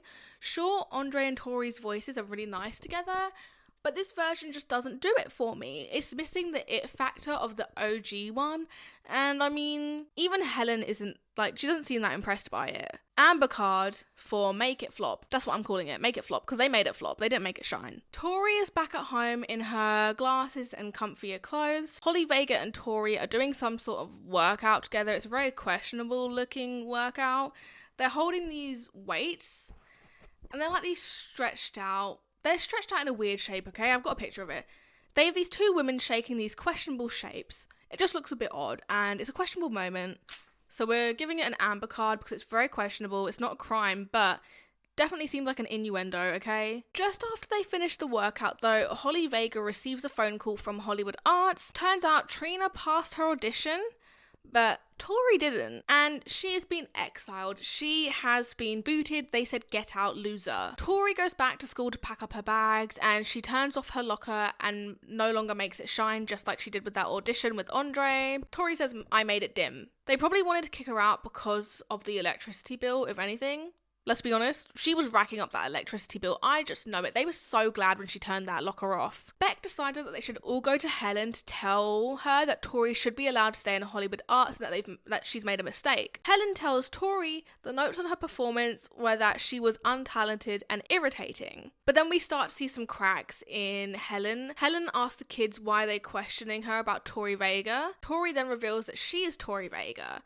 And to that, Helen is confused as she thought that Tori was Trina and Trina was Tori. Turns out that Helen's assistant mixed up the names. Tori tries to reason with Helen and tells her that Trina shouldn't be kicked out of Hollywood Arts, but no one is backing her on this, and I don't blame them. Trina's audition was awful, and it's a mystery how she even got in anyway. I mean, they do a whole episode about that later. Tori then tries to tell Trina that she's kicked out of Hollywood Arts, but Trina, being Trina, doesn't get it and thinks Tori is instead embarrassed that she got kicked out of Hollywood Arts and that she's the untalented one of the family, when that's further from the truth. I sort of wish I could be that oblivious in life. Because of all of this, Tori puts together a very extreme plan just to keep Trina in school. The plan goes as follows. Robbie will wear a ski mask and attack Helen as she enters the school at like 6 a.m. in the morning as he pretends to rob her. Trina will then interfere and save Helen's life, because remember when I said she was punching the shit up that bag, like that man thing? Well, yeah, she does karate. This plan is getting a red flag though, like a red card moment, because it should be criminal. You are leaving this woman with trauma, because it's 6 a.m. in the school, and rightfully so, Robbie is afraid about this, because Helen enters the building singing Make It Shine to herself. I know that's right, girly, a bop is a bop. But Robbie runs up to Helen and pretends to start stealing her bag, but then, Trina comes rushing downstairs, karate kicks Robbie in the chest, sends him flying, and Andre then plays cleanup. Quickly rushes Robbie's dead body out of there. Tori comes running over, Trina and all that lot. Trina, Tori and Helen are all together talking about what just happened. They're saying it's so awful, it's so wild. They are so lucky Helen didn't immediately unmask Robbie when he was doing that to her, because he was risking his acceptance into Hollywood Arts. He would have been expelled. Not even that, he would have been a criminal. Like, this is the only time I will take Tori criticism, because she really did have Andre as well as Robbie risking their attendance at Hollywood Arts just to keep Trina in when she really shouldn't be there. But yeah, this is a kid's show, and Trina is readmitted into Hollywood Arts, even though realistically she wouldn't be, just because she saved her life. Also wanted to point out though that the locker that Helen was holding to beat up Robbie has the iCarly sticker on it. So I'm not going to go into the whole Nickelodeon universe talk, but this episode confirms iCarly, Drake and Josh, and Victorious all exist in the same universe. So if Helen ever saw iCarly, surely she would be confused as to what Megan was doing on iCarly, right? Because she'd think, and a crazy Steve lookalike, to be fair. If I think about this too much, it will give me a headache. Luckily, there's other videos on YouTube about it, but I can't stomach it. But anyway, yeah, we got this red card moment, which I called Robbie Reeze. I'm so smart. Now it is episode 9. Who Did It to Trina? Safe to say, again, this episode is yet another one that I don't really care about. If I do rewatch Victorious, I normally skip this one. Sorry, not sorry. The episode starts in our local black box theatre, and Tori is directing a play with Trina, Robbie and Andre. St. John, being the creep he is, sniffs Tori. That doesn't add anything to the plot, but he's there doing that because St. John. Midway into rehearsals though, Trina gets a phone call to book a foot bleaching. They could have gone with teeth whitening. Anything else, okay? But they chose foot bleaching? Like, is that really necessary? I want to know who's... Hey!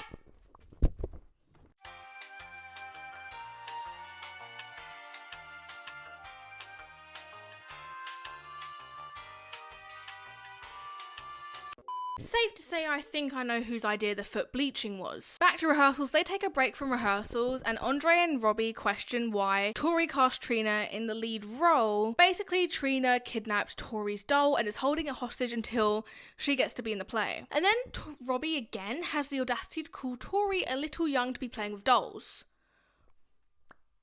What is Rex? Speaking of Robbie being awful, Rex then harasses Trina by asking her what she thinks his favourite 2 things are about her. Of course she hits him, as she should. Later in that day though, the audience is seated and ready for the play of a lifetime as it is being performed. Kat is chewing obnoxiously in the audience and Jade's not having it. I don't blame her, I feel the same way. I do not like obnoxious eaters. But also, Mr. Nathan Kress, aka Fredward Benson, is in the house in the audience, okay? He's there, he's alive, he's thriving.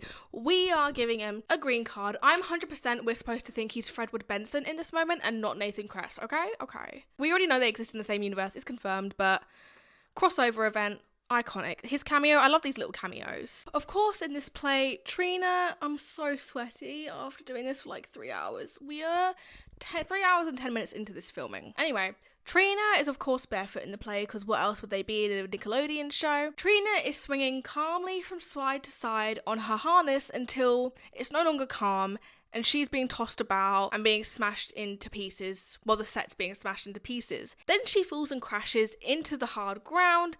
The audience is shook. Jade records the whole ordeal, and just as Tori's about to step in, a whole set piece like falls onto Trina. Trina is basically eliminated from this moment. Like, it's bad. So we have a card for this. I called it soaring flying. It's not the best moment, but it happened. It existed. Trina almost died. Jade, Tori, Andre, Robbie, and Rex and Kat are all called into Lane's office as they are notified they are all suspects due to what happened to Trina being deemed not an accident. And it's not being deemed an accident because the gimbal used for her harness had been cut. Again though, coming to Tori's defense in regards to people calling her a mean character and the worst character of the show, Jade is literally sitting right there laughing at Trina almost dying, and not only laughing, she uploaded it to the internet. Look, Jade is edgy and pretty, but that doesn't mean we can excuse her for her awful behaviour in this show. More on Jade though, she tries to pin the blame onto Tori by recounting the events, and of course in her recounting of the events, Tori is an awful person. She paints her as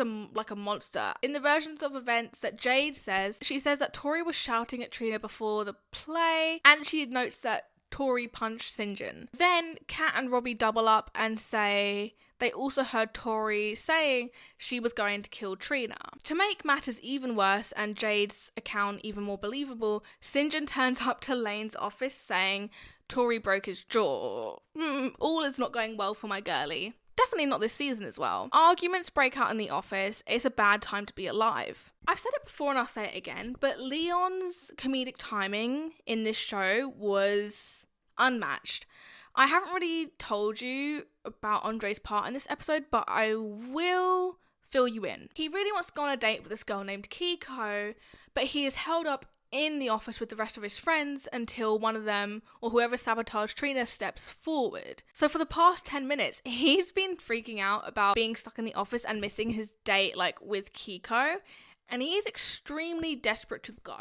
But then he gets a phone call from her. He is all flustered before this. But as soon as he picks up the phone, he changes his tone and mannerisms. And it makes a really funny moment for the show. And I just really appreciate Leon's acting abilities and comedic timing. And he's just so great at it in this show. And he really makes it he really makes these moments. So I'm going to green card this moment and call it Riz 100 because it is too good. And his acting is just... it's just too good. Tori then offers to tell them all what actually happened. Of course, as she recounts the story, she also paints Jade in the most, unflattering light. It's much more dramatic than Jade's depiction of Tori. She really did do my girl dirty. She then tries to say, though, she was going to kill Trina in a laughing, joke kind of way. Like, ha ha ha, I'm going to kill you kind of way, not a murderous kind of way. Also, she tries to paint it that she hit St. John in an accidental way because she was laughing so hard. So she was like, ah, ha, ha, and then, oh no, I punched him. Then we have Robbie's account of what happened that day. And Robbie, being the man he is, we can even call him a man at this point, he points the finger at Kat. Robbie's version of the story though is so full of it, and it's getting an amber card because it's not outright offensive, but it's stupid and it's not true whatsoever. It's a lie the second you hear it. He says it starts with Kat feeling his muscles. And then he tries to paint that Trina comes over to him in a flirtatious way. He tries to act as if all the girls were fighting over him, which caused Kat to say she would get Trina for flirting with Robbie. Of course, no one believes him and it's extremely pathetic. So yeah, amber card. I called it a flirting fantasy. Next up, it's Kat's turn to tell the story. She then starts to describe an episode of Drake and Josh, specifically season 4, episode 7. Andre and Robbie then tell her that it didn't happen to Tori and Trina, but it did happen to Drake and Josh. Well, they say it happened on a TV show. And then that confirms that Drake and Josh is a TV show in their universe and not real, they're not real people. So then it starts getting confusing if you start digging, because then how is Helen real? How is she from the world of Drake and Josh and their principal, but Drake and Josh is a TV show in their world? Unless it's a reality TV show, That's my theory. Basically, though, this whole episode is just us listening to people recount their story of what happened and what made the events happen. It's like, who do you believe? And it's all like unreliable narrators. But it ends with us being no closer to finding out who did sabotage Trina. Looking back, this was such a filler episode, and I'm sorry if it's your favourite, but I didn't enjoy it. It almost feels the same as the bird scene to me. The bird scene is definitely worse, but this one's like close. Tori goes off at Lane and tells him maybe it's stupid to try and blame someone for the incident, and he agrees. Maybe it was just old equipment and it failed. Everyone then gets to leave Lane's office, finally, and fast forward to that evening, we're in Robbie's bedroom. Of course, Rex is there with him. That's where we learn Rex was the one who cut Trina's gimbal. So basically, Robbie did it all, is what I hear, because I refuse to believe Rex is actually alive. I feel like Rex is used as a tool for Robbie to be an awful, unhinged person and say some really weird stuff. This is getting a red card as well because it's really sinister when you think about it.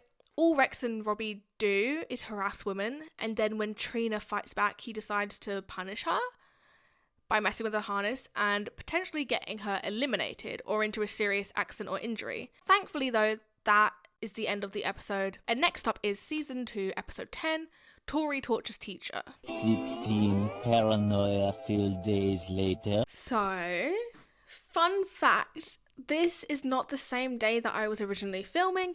This is now 3 weeks later, so I may be a bit out of touch with Season 2 of Victorious, but we're going to keep rolling with it. We're going to keep going, and hopefully this isn't a big mess. Anyway, though, we are now on to episode 10 of Victorious. It is season 2, episode 10, Tori tortures teacher. A lot of T's there. We love the power of 3. Now, this is a messy one. Jade's hair, though, just want to point out, it looks fabulous. She has like these green streaks that are going through it, and cannot complain. She just is so hot, okay? And these green streaks, see which kind of green she is going, is too good. But we start the episode with the best relationship in the world, Beck and Jade. Now look, I love them, but they are a little toxic. We all know this, and we see this in the opening of this episode as they're not really communicating properly with each other, and the way they are communicating is through texting each other, and it's just not going well, as we can see through their continued grunting at each other.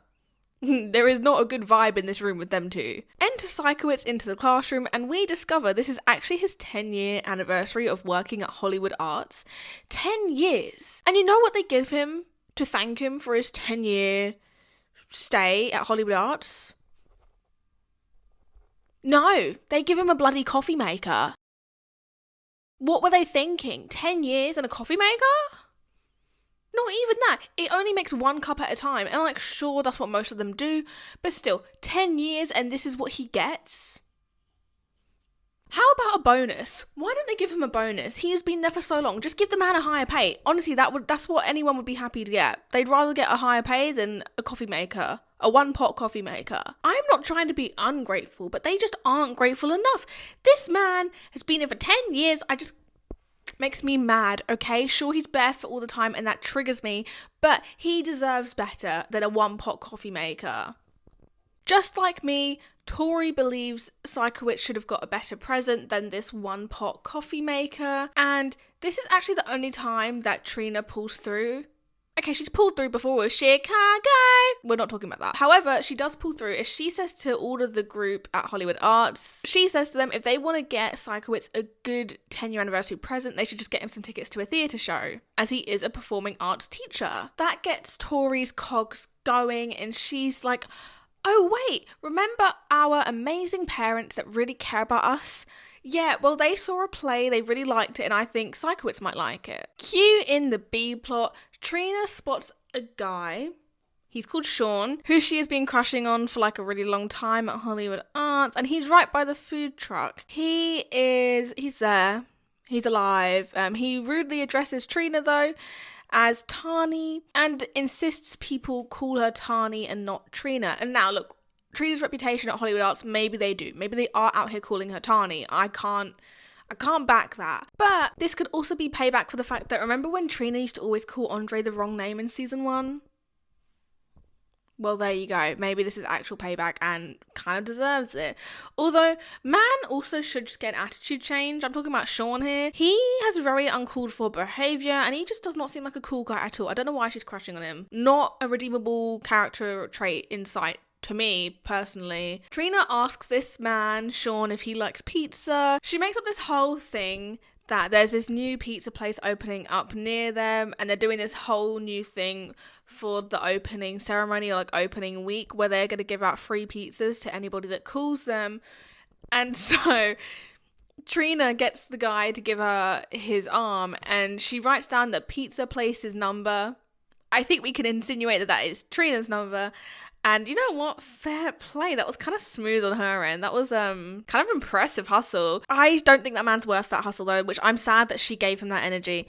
Anyway though, away from a man that has even less energy than Beck, and now we will move back to Beck and Jade and their arguments. This time they are text arguing at the theatre, which I believe is the same set they used for Jade's play in season 1 in the episode called Walkstar, if you remember. Sikowitz enters and is seated between Andre and Tori, our two besties. Robbie, Beck and Jade are behind them, and the play they are seeing is about an artist who has a major midlife crisis, we can say.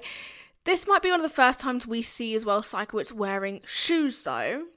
It's a miracle. I never thought this day would come, and it should be a national holiday at this rate, at least in the Nickelodeon studios. I think as well this is the first time in this season specifically that we see Sikowitz wearing shoes.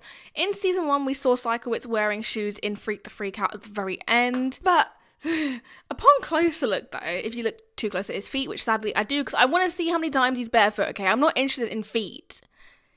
But he is wearing sandals. Now, would I prefer them to cover the toes? Yes, but I'll take what I can get at this point. Back to the B plot though, Trina and Kat are paired together again. They're at the Vega residence, and I absolutely love this duo. I wish they got more screen time together. It's a missed opportunity on Nickelodeon's part that they didn't put them together enough, because I think they were such comedic gold when these two were paired together. They were like a random pairing, but a perfect pairing. Sean calls the pizza place, aka Trina, and Trina continues with the whole shtick about their pizza and about the free pizza giveaways from this restaurant.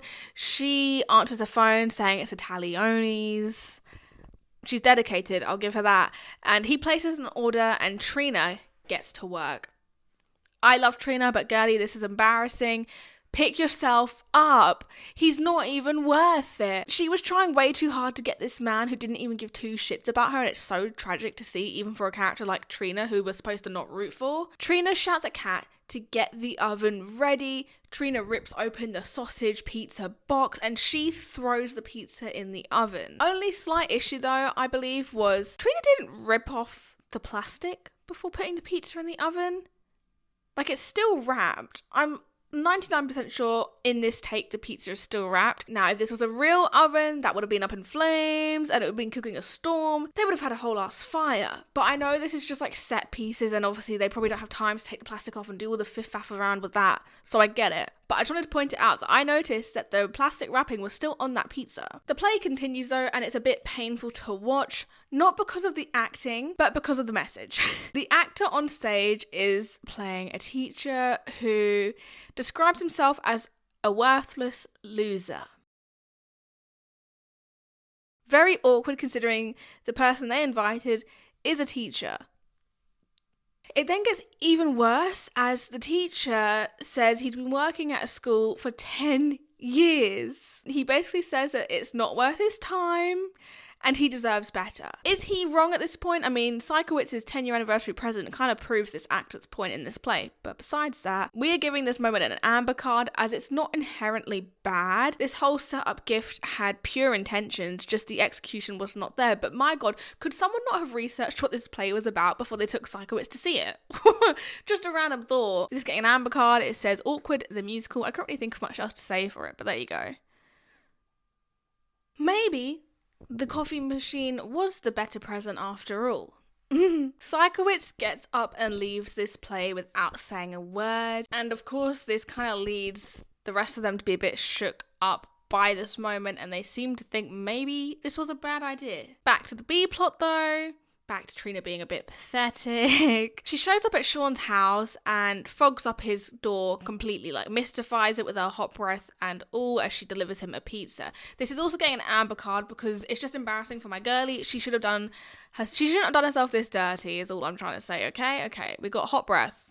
Turns out though, Sean can't accept this pizza because it has green peppers on it. Now, if it's not an allergy reason or anything life-threatening, just pick the peppers off, my guy. It's already a free pizza. You didn't pay for it. Just pick the peppers off. He is such a douche for this moment because I don't think it was allergy related. I just think he was being fussy and he had the audacity to complain about these green peppers.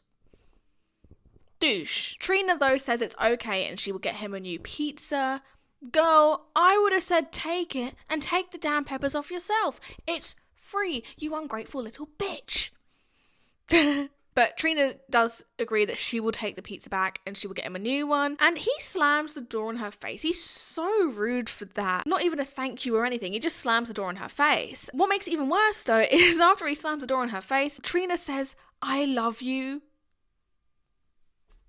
Girl, embarrassing. Please stop yourself. Please pick yourself up. Okay, I've got my notes because it's been a hot second since I've done this. Sean must have heard her though because he opens the door and he stares at her with like this accusatory glare and just says, "What?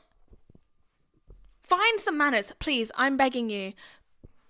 What a douche. What a sick man. I do not like Sean. He's one of the worst characters this show has had on the show. Okay, thank you. It's the next day at Hollywood Arts though, and Sikowitz is 10 minutes late to class, and we can tell that this isn't something he usually does, as everyone seems a bit confused by the fact that he's not here and they're all a bit concerned. When Sikowitz does arrive though, he looks kind of dishevelled and not put together at all, which is shocking for a man that never wears shoes, but they notice that he's looking a bit down in the dumps and like he's ready to kind of end it all. The main cast try to hype up Sikowitz by acting really interested in this lesson for today, and they're really going for it.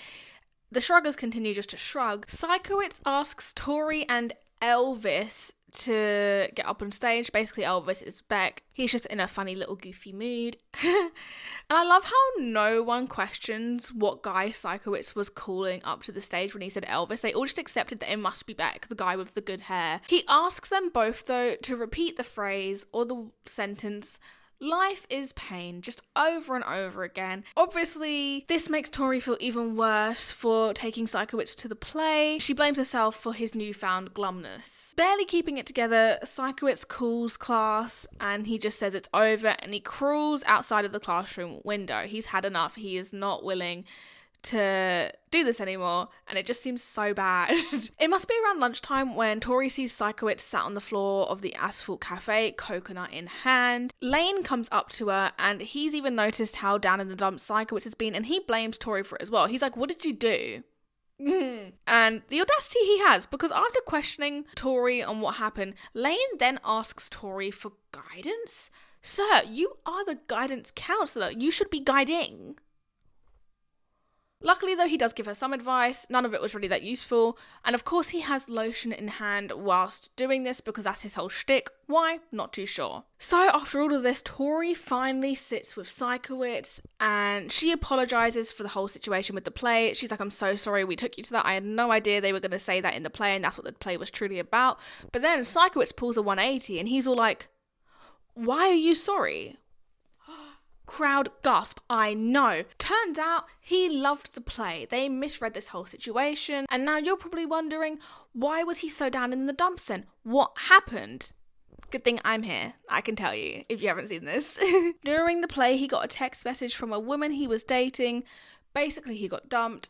And Sikowitz reassures Tori he loves teaching and therefore she doesn't have to feel bad for the gift that she got him. Robbie approaches Tori. I really think he should wear a cowbell or something so we know when he's coming. Basically, he is playing hide and seek with Rex. How it works, I don't even know. Rex was hiding though in Tori's backpack all along, and how he got in there, I have no idea.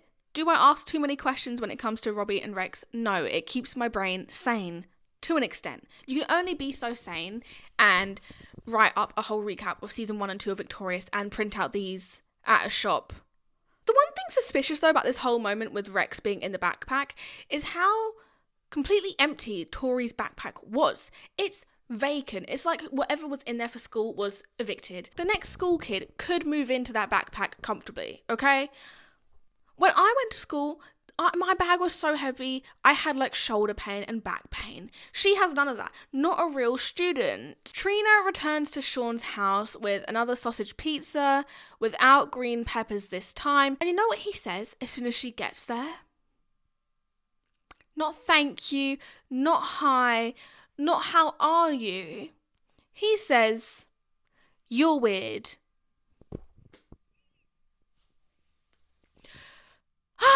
Trina continues to try to rizz this man up. She doesn't have the same rizz as Andre. Did I point to him? Nope, I didn't. As Andre. Doesn't have the same rizz as Andre. So she's trying to join Sean inside and share the pizza with him. Little date moment. But then she finds out he has a girlfriend. Feeling betrayed, she slams the pizza into the wall.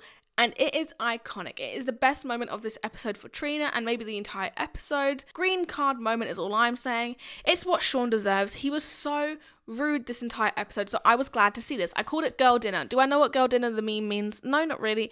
But I felt like revenge is the best girl dinner. Okay.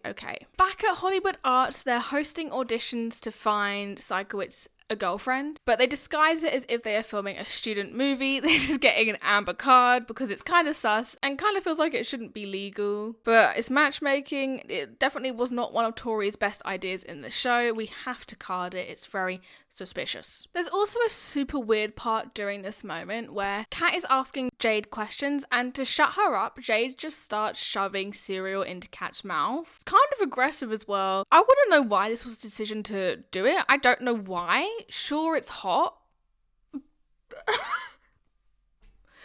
Maybe. But I don't know why they put it in there. It was just so weird. It wasn't off-brand for Jade, but it was an odd choice. Inside Sikowitz's classroom, though, that's where the auditions for Sikowitz's girlfriend continues. Tori has this whole romantic scene planned out where Sikowitz has to stroke the woman's hair and kiss her, but each time they do this in the classroom for the audition, Tori pulls Sikowitz aside and asks him how the kiss was, like, how was it? He then realizes Tori is trying to set him up because this is just such a weird situation he's found himself in, and then he actually informs Tori the breakup is not what made him so depressed. It's the fact that he won't be seeing his ex's pet anymore, and he mentions about how it would hop around everywhere, and he just misses seeing that fluffy little thing. Trying to fix things as always, Tori then gets Sikowitz a pet bunny and sets it up in Hollywood Arts in the hallway for him to find when he's, getting into school in the early AM of school. Sikowitz tells Tori it was not a bunny that he was missing, it was indeed actually a cat. It would hop around because it only had 3 legs, not because it was a bunny. Fair enough to Tori for thinking that it was a bunny. I would have thought it was a bunny too with him saying hopping around. Before Tori can plan to buy Sikowitz a cat, everyone leaves Hollywood Arts immediately, even though I think it's just the beginning of the school day, so I have no idea where they're actually going. They should be going to class, or just sticking around, because I'm not going back home just to make another journey to school. Luckily though, that's the end of episode 10, which means we're now on to one of my favourites of season 2, episode 11, Jade gets crushed. Andre is finally pushed to the forefront. This episode is so iconic. It's definitely one of my favourites of season 2. The episode starts with Andre playing a familiar tune on the piano. It's almost like we've heard it before. It's Backhouse Mike's song called OK, which we previously heard in episode 1 of this season, Begging on Your Knees. Anyways, though, they make it out as if Andre is writing this song for his advanced songwriting class, even though we already heard it in a previous episode, but okay, I will suspend belief. Robbie offers to think of some lyrics for Andre's song, but Robbie, being the awkward man he is, cannot for the life of him get any good lyrics out of him, and he excuses himself. Thank goodness, that was definitely needed in this situation. Andre tells Tori once he finishes the song, he actually wants Tori to sing on it, and Lane enters the chat with some bad news. Tori is really excited to be in an R&B vocal class this semester, but she can't take it until she takes the class for tech theatre first. Andre, mastermind he is, points out, why can't Tori just pass the test, not even having to take the class? Why can't she just pass the test for tech theatre and then take the R&B vocal class? Only issue with this plan though is the exam would be in 3 days if she was to go through with it, and that's very short notice to learn a whole class's worth of material. However though, Lane agrees with this and Tori is ecstatic to say the least. I've never seen someone so excited with the idea of studying, but I guess it's because she's so excited for the R&B vocal class. But girlie's out here having to study like her life depends on it. Tori sniffs Lane. This is not like anything that you need to know, but I thought you should. She sniffs him and she notes that he tastes like potato chips, aka crisps for my UK besties. And he's all like, no, I wasn't eating any, but I do have this new hand lotion that smells and tastes like sour cream and onion. Again, him with the hand lotions. When does it ever end? He squirts a little onto Tori and Andre's hands. That sounds so dodgy. But they start sniffing and licking their hands and they're like, it's so good. It tastes so good. This smells so good. All right, Dan, you weirdo. Or whoever wrote that in. It's a very weird scene, as are most moments in a Victorious episode. You aren't seeing the pearly gates of heaven. Back in the hallways of Hollywood Arts, Beck is doing some photography with a camera that has a big ass lens on it. And Kat bounces into frame having the time of her life on her brand new Jupiter boots. Jupiter boots are these shoes that almost have these built-in trampolines in the bottom of them, so you can like bounce around as if you are on a mini trampoline. I'm going to believe Kat never got rid of her Sky Store addiction, and these are from the Sky Store. That's what I'm willing to believe here, and I think you should believe me too on that. I'm green carding this moment for Kat with her Jupiter boots because she made me want Jupiter boots. For the longest time I wanted them, and I think you can get them, but they're called moon shoes or something. Like, they do exist out there. Will they bring me that much joy? I don't know. I should have got them for this video. But I had a whole obsession with them for a hot second due to her in this moment. These shoes did make an impact on my life, okay? And I'm sad that I printed this wrong. It's supposed to be a green card. It came out amber. My bad.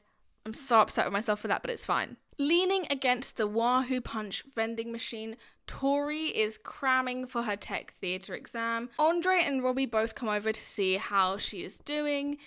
Not well. She's not doing well. Who would have guessed? A girlie seems stressed and tired. Rex, the little creep, gives Tori a massage. I know that nasty puppet had ulterior motives. Andre, though, then suggests that Tori should have Robbie tutor her because he took tech theatre last year and turns out he passed with the highest grade out of any student in Hollywood Arts ever. So that's a big deal to have him as your tutor. And it's such an achievement in Hollywood Arts that his picture has actually been put up outside of the theatre due to his amazing score. Robbie agrees to tutoring Tori and tells her to meet him tomorrow at the Black Box Theatre after school. Turns out Tori was supposed to meet Andre after school at the same time to record vocals for his song that he was rehearsing earlier in the episode or figuring out. Being the legend he is though, the understanding king, Andre doesn't skip a beat and he tells Tori it's okay, it doesn't matter, he's not mad or stressed at all about it, and he just tells Tori to do what she has to do and he will find someone else to sing his song, just not Kat. Now, look, a girlie has heavenly vocals. That was dumb on his part. It's the next day and Andre is in the recording music room of Hollywood Arts. I don't really know what to call it. A classroom. A classroom. Beck comes into the classroom to see if Jade is there yet and just to talk to Andre. Andre lets Beck know he has a few concerns. To put it bluntly, Andre is a little scared of Jade, and I can't blame him. He doesn't know what to expect from her, and he's just a bit uncertain of this whole situation. Beck acts like being scared of Jade is completely weird and random and that no one has ever been scared of Jade. Sit down. Go comb your hair. Not helping his case at all, Jade comes storming into the classroom and she yeets a pair of scissors into the wall behind them. With such force, by the way, it impales something on the wall, like it sticks there. It doesn't help at all that she also shouted, "I'm going to kill him." This is all because Sinjin sat on her scissors and kind of bent them out of shape or something, and it really upset her. Beck then kisses Jade, though, on the cheek and just immediately exits. He's out of there. He's gone. This is Andre's thing to deal with now. Andre looks so sweet. It's so sweet the way he looks so anxious and he looks like a little lost puppy in that moment. Just kind of want to give him a hug. Taking a quick trip over to the other side of Hollywood Arts, at least that's what I'm going to assume, it's far away. We're going to the Black Box Theatre where Robbie has set up the theatre for Tori to come and practice for her exam, doing a trial run. It's sweet he's taking the time out of his day to help Tori, but he has all of these creepy cardboard cutouts of cats. The pictures of Cat aren't creepy, don't get me wrong. It's just creepy that he has them on hand ready to go. It's even worse as well when you realise Cat doesn't know about this. She's not aware that Robbie has these cardboard cutouts of her. It's just not a good look, okay? It gives creepy, it gives stalker, it gives we need to call the police. This is 100% a red card moment. It's borderline time to get a restraining order, if I'm being honest. So yeah, I'm proud of this one. I called it cardboard cutouts. Cardboard cutouts. I'm so smart for that.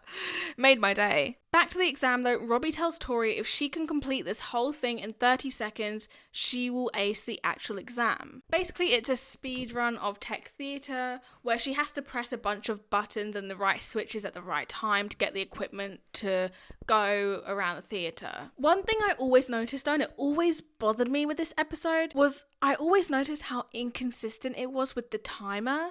With the 30-second clock counting down. Because there's so many instances where she's running around and you can see the timer goes from being 12 seconds to 15 seconds and it just bothers me. It irks me. And she's a fraud is what I'm saying. Fraud.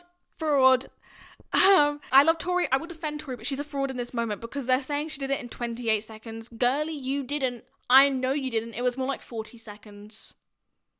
Moving on, if I can.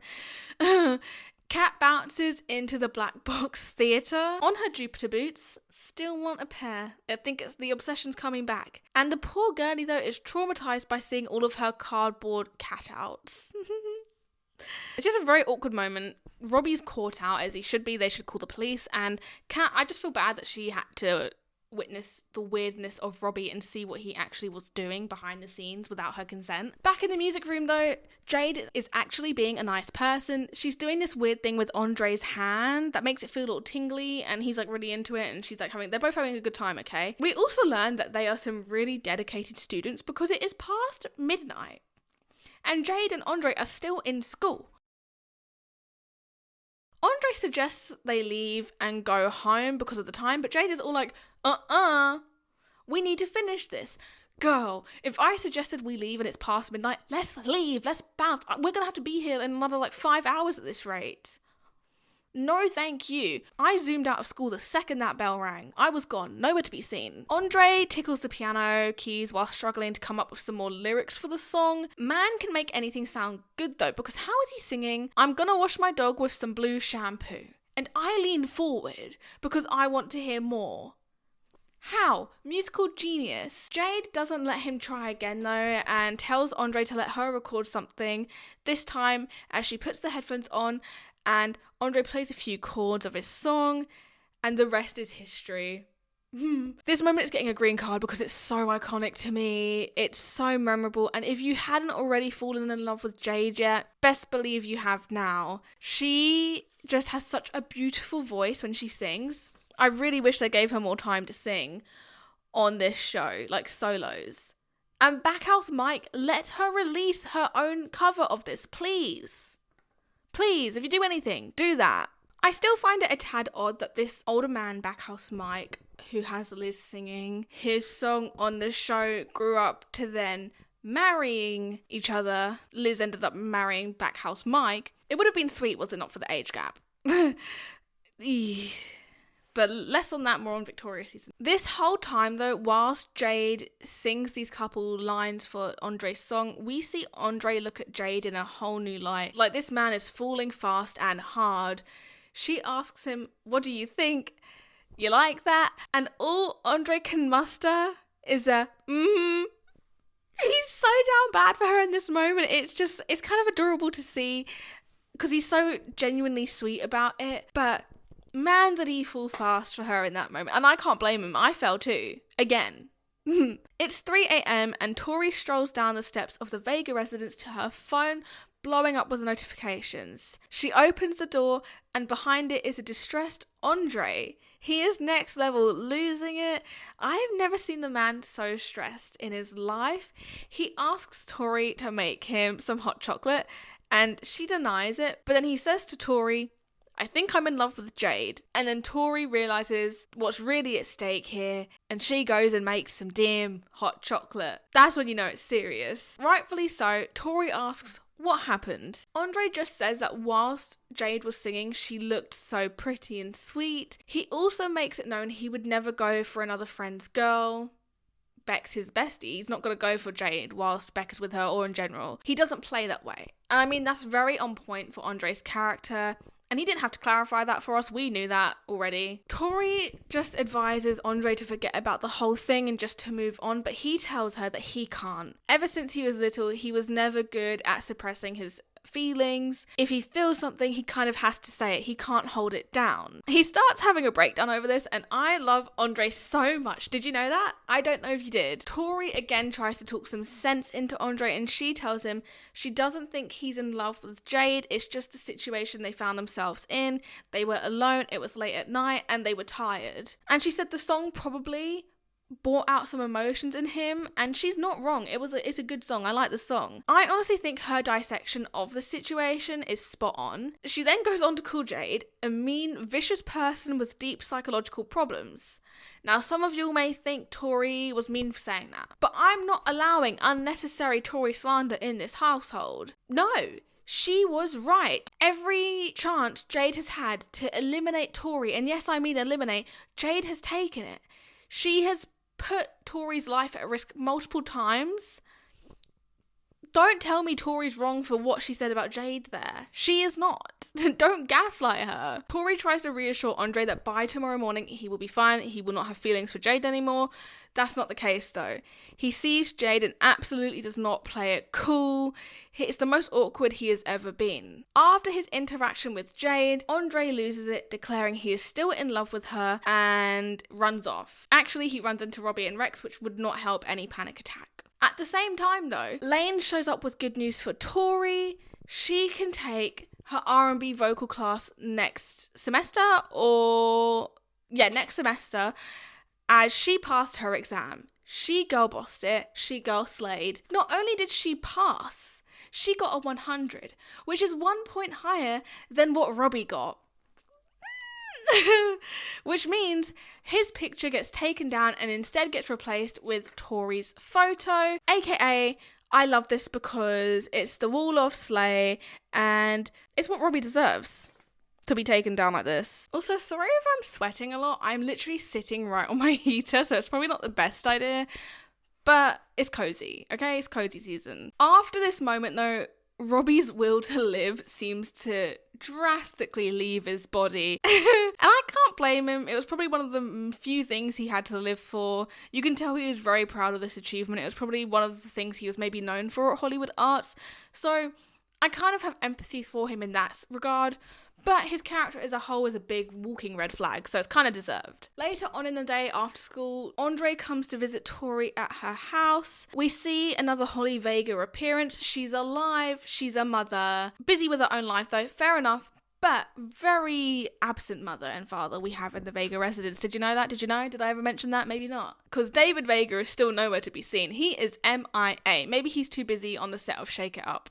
As soon as Holly leaves though, Tori appears from upstairs and turns out she is the whole Jade look going. She's got a whole setup. She's got the black hair with a green-blue streak through it and the black clothes and the rude attitude. Andre asks Tori what she's doing. He is very confused in this point in time. Being dedicated to her craft though, Tori doesn't break character. Instead, she hands Andre these little post-it notes that she had ready to go with answers to all of his questions. A girlie is a psychic. The sticky note reads something along the lines of, I'm helping you get over Jade, I'm showing you that you don't need her and that you don't want to be in love with a girl like her. Now Tori keeps doing this with the sticky notes, and as I said, psychic. Tori's impression of Jade though is going to get an amber card. I don't think many people are going to disagree with this moment. Like, I can respect the hustle she does to, stay in character throughout all of this, but I don't think she nailed Jade's voice. Definitely not the voice or energy enough. And I know I'm not the only one who believes this. So Jade West, no, this is Jade East. Funnily enough though, speaking of MIA dads, David's not one of them. At least not in this moment. He bursts through the patio doors and turns out he is looking for his glasses. A very dad thing to do, may I say. Still in character though, Tori goes off on him and he kind of deserves this. Man does nothing, is barely ever there, and when he isn't there for his kids. So, there's that. Andre notes how mean Tori was to her dad in Jade's form, and you would hope that would be enough to sway him from believing he's still in love with Jade, or at least to sway him to maybe fall out of love with Jade. Because would you really want to be with someone that treats their parents that way? Sat on the couch together though, Andre starts to lean in for a kiss. Guy has no hope. He's so down bad. He says he couldn't help it because Tori is so much like Jade at the minute. Again, I wish that was believable. I just don't think she pulled the impression off well enough for it to have had that kind of impact. Andre literally says it makes him go all willy wonky. Now, whatever that means. Because of all of this though, Tori realises how messed up this situation has been and has gotten. Andre even admits he stayed up all night writing a song about it and about Jade and this whole ordeal. Andre thinks it's evil of him to do something like that, as Jade is Beck's girlfriend and he's really feeling bad about having feelings for her. But then Tori comes up with the revolutionary idea that Andre should just sing the song to Jade so he gets over her. Only issue is if he does that, Jade and Beck will know how he feels and then he would be a bad person, and he promised his grandmother he would never be a bad person. Hi Marilyn, if you're watching, don't know if you are. But hi. Again though, Tori has another amazing idea. She just says, oh my god, I'm falling.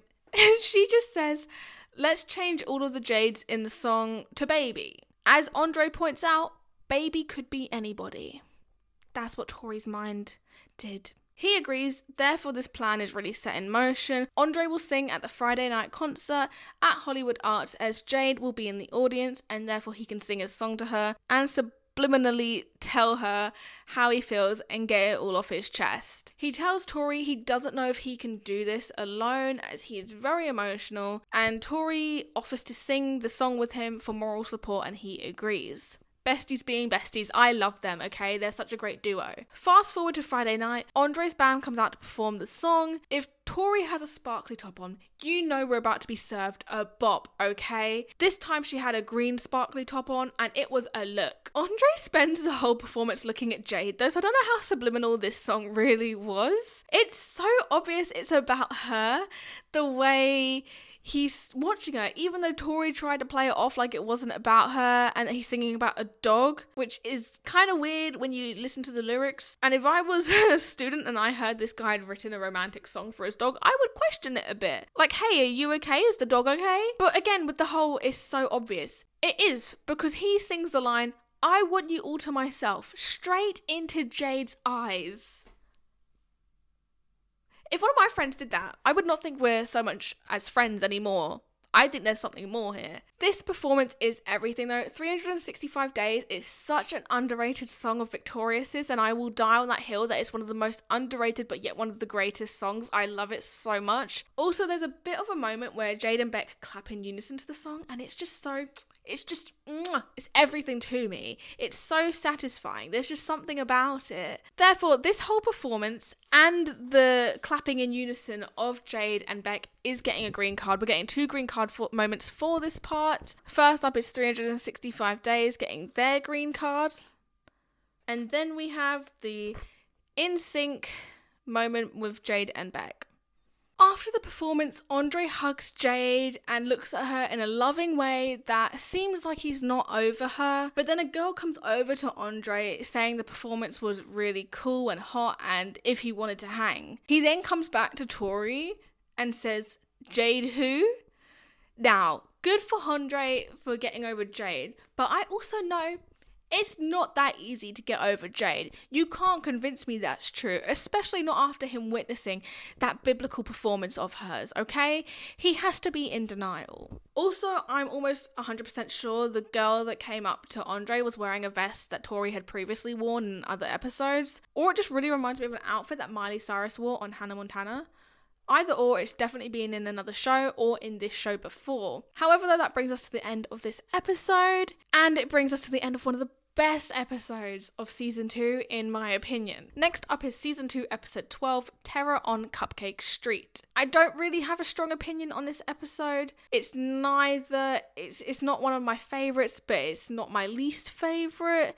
It's in the old middle ground. We open up to Tori and Andre on stage in Cyclewitz's class wearing buckets over their head. I don't really understand the point of this lesson, but that's all it seems to be. Just them wearing buckets over their head. He says class is dismissed even though there's still 55 minutes left. Sorry, not 45, 55 minutes left. He then remembers that he needs to speak to the students. Only some of them know, not all of them. Can you guess who the ones that he needs to speak to are? You were probably right. He needed to talk to Tori, Jade, Kat, Andre, and Robbie. The rest are left to roam the halls of Hollywood Arts. Beck, for some reason, is not in attendance at this class. Man's skipping. Ooh, rebel. Kat asks Cyclewitz why he got them to leave. Oh, and this is when we finally acknowledge the Shruggers. Cyclewitz states that they never do anything, the rest of the class, the Shruggers, and Tori points out that all they do is sit there and react. They are the Shruggers. There you go. Finally acknowledged them. It finally happened. Cyclewitz then does an amazing segue. Not at all. He asks who likes parades, linking it back to the main purpose of the episode. Kat says some random stuff about her brother that no one wanted to hear, so Jade gets her to play with her keys. Cyclewitz is dating a new woman, and this new woman is the creative director of the Parade. Love how they couldn't have thought of a more creative name for the parade. The kids point out that they've never heard of this parade, and Cyclewitz isn't surprised at this, as it's actually a parade to raise awareness about parades. Quite ironic, quite funny. Anyways, turns out he promised his girlfriend that he would get his most creative students to build a float for the parade and to perform on it. Before Cyclewitz can finish his sentence, Jade exits the building. She wants no part in this. To be fair though, none of them actually want to do this. That is until Cyclewitz mentions that this will be on national television, where all kinds of Hollywood people could be watching and see them. Jade returns to the room, not because she overheard about the national television moment, but because she's asking Kat for her keys back, although Kat is no longer holding the keys, and instead she just kind of says like, uh-oh. Turns out Kat swallowed the keys. How is that even possible? How? How did she manage this? They really try and make her the dumbest of all dumbs. She's a big dum-dum, okay? It doesn't make sense. Tori takes Kat to the nurse's office though, and it's the last we hear of Kat swallowing the keys. It's so random. Gives me flashbacks to when Robbie had the car in his butt. Everyone has gathered at Tori's house though to think of parade float ideas, but no one can think of anything. Tori lets it slip that the parade will be on national television just as Trina enters. In typical Trina fashion, she insists she be a part of this parade. No one wants Trina to be in it though. I kind of feel bad for her. They're really harping on her and making her feel bad about herself. Trina even said she would just stand there and do nothing. She wouldn't do anything. So why she couldn't be on the parade, I don't know. Like, she's not that bad. They really try and paint her as this awful person, but it just doesn't work. Danielle has too much, I think, charisma for it to work that way.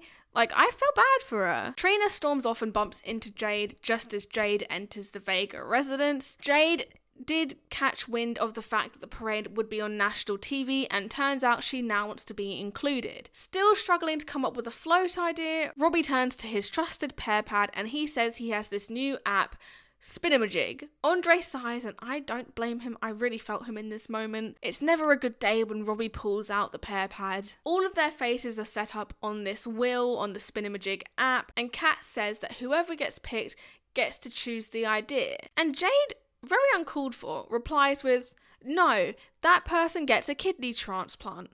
Why? Why did you have to go there? My girl was just clarifying and kind of just asking, okay? It didn't need to be mean-spirited. The wheel spins for longer than necessary, and after a long 5 years of waiting, it stops on one of their faces. Turns out it stops on Kat's face. Her idea is for the float to be a giant cupcake, and for all of them to wear these candy-themed pajamas, aka candy onesies. I can't believe that these kids have to build a whole float though. It went past my head when I was younger, but now that I'm older, I'm like, this is insane they were asked to do this. Where did they learn to do this? How was this possible? Where did they get the resources? And again, where did they learn to do this? Because not only does it look pretty, but they can drive it and everything, because it's not just aesthetic. It's a machine that actually works and moves and lights up. Also feel that they should have been fairly compensated for this whole endeavour, for putting such a big float together. Not only that as well, but they're doing a performance as well. So I hope they were paid for this, but I feel like they weren't. I don't have any hope that they were actually paid for this, sadly. If that sounds bad to you, the fact that I'm not sure they got paid for building a float and all that, to put it into even more perspective, they started on the float when it was bright outside, and by the time they're done, it's 1:20 a.m. These kids need to stop spending so much time at school. They need to just learn to just go home after school hours. Stop being so dedicated. Because it gets even worse that they have to leave for the parade show immediately. It's 1:20 in the morning. They have to leave now. Because the check-in for the parade is at 7 a.m. You may think that's like a crazy time for them to have to travel, but it's because the float will only travel at like 4 miles per hour, meaning that they won't make it to the show in time if they don't leave now. But I did some maths because the show is in Pasadena. They are at Hollywood Arts. I did a little Google Maps. Pasadena is 20 minutes away from Hollywood. Now let's say traffic bumps up the travel time to about an hour. Very reasonable. We're in a busy place. So that brings us to around, let's say 2:30 a.m. If we started at 1:30, it's 2:30 now. Okay, now we have to account for how slow the vehicle moves. So 4 miles per hour and it's 23 miles away. Never mind, Tori is correct. Of course she is. Why would you doubt her? And my God, would that suck? That would absolutely suck to be in that little Cupcake, knowing it's only a 20-minute drive, but it's taking you that long to get there. At this point, you may as well just like forklift it there. Whilst they're thinking though about how long it's going to take them to get there, turns out Trina manages to sneak into the Cupcake. None of them know this though, but we see it happen in the background. Tori then hands Sikowitz the keys to the Cupcake. At least she tried to, but turns out he has a suspended driver's license because of something that happened with a circus woman or at the circus. Kind of unclarified. Therefore, it's left up to Beck to drive this Cupcake. It doesn't seem safe at all. He has to look through these like binoculars to see the road, because obviously they can't when they're in the Cupcake. But where are the mirrors? There is no peripheral vision here. He's just looking out of these small ass goggles. They should have just built a window that they could have slid open and closed. Their minds, they weren't the brightest, were they? But they successfully set on their mission to Pasadena. Jade is not in the highest of spirits as she screams at Kat to stop singing, only probably 10 minutes into the journey, let's be honest. A tiny movement comes from inside the bag on the floor of the Cupcake. Tori kicks it and instantly the bag screams. Trina has been caught and, safe to say, no one's happy she's there. Everyone shouts at her. Jade, for the millionth time, tells Trina, "No one likes you." And I feel bad for her. That's so awful to drill that into someone time and time again. Her self-esteem must have been so low, although it never was, but a real person that really would have got to them. She is bullied so badly by this whole friend group. This is the only flaw I think that I do point out a lot about Tori.